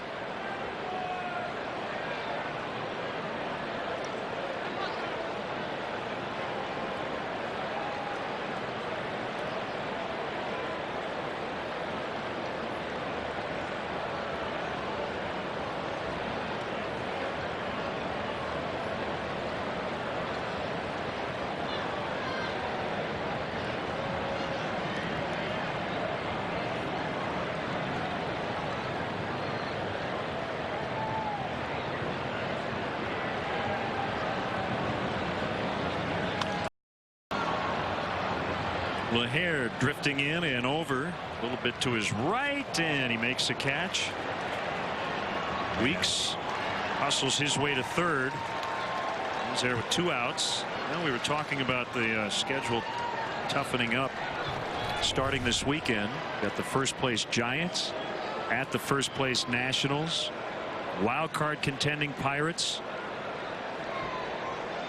The only trip the Cubs have made to Houston this year, they got swept.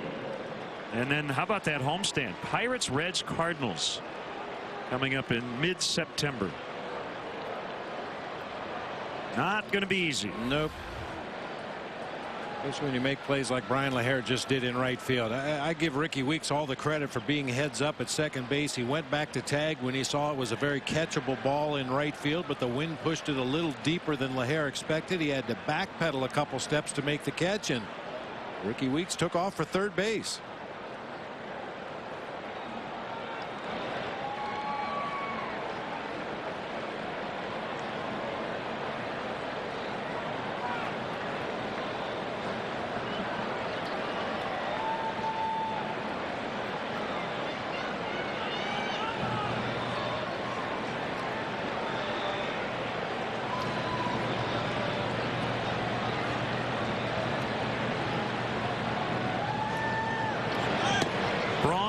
To second, and Barney came ahead of the base just in case Weeks decided to head toward the plate. Braun in with the steal.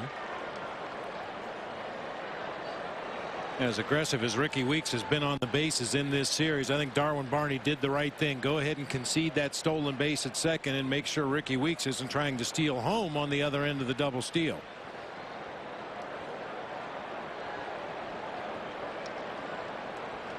Braun with his 21st stolen base.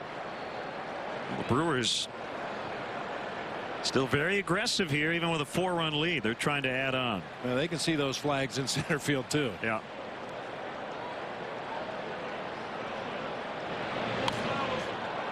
Shallow right. Barney out. LaHair in. It's going to drop, and they're going to add 2 more as Lucroy's had a huge day. 6 RBIs.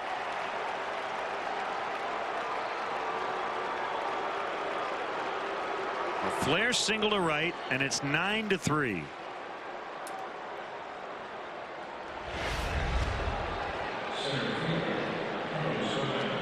Lucroy actually jams himself on that hanging breaking ball at 81. Barney just could not get out there quickly enough. LaHair plays it on a hop. 2 more RBIs for the Brewers catcher.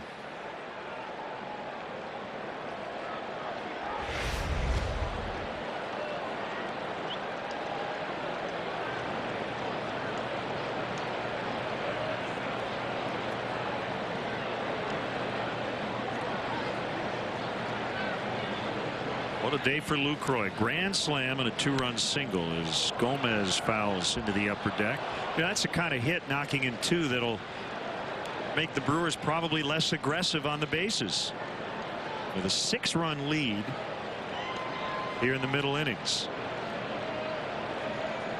This is where you get into those unwritten rules a little bit.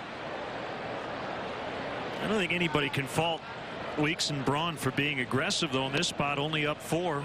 A team that's out of the race, but still playing hard.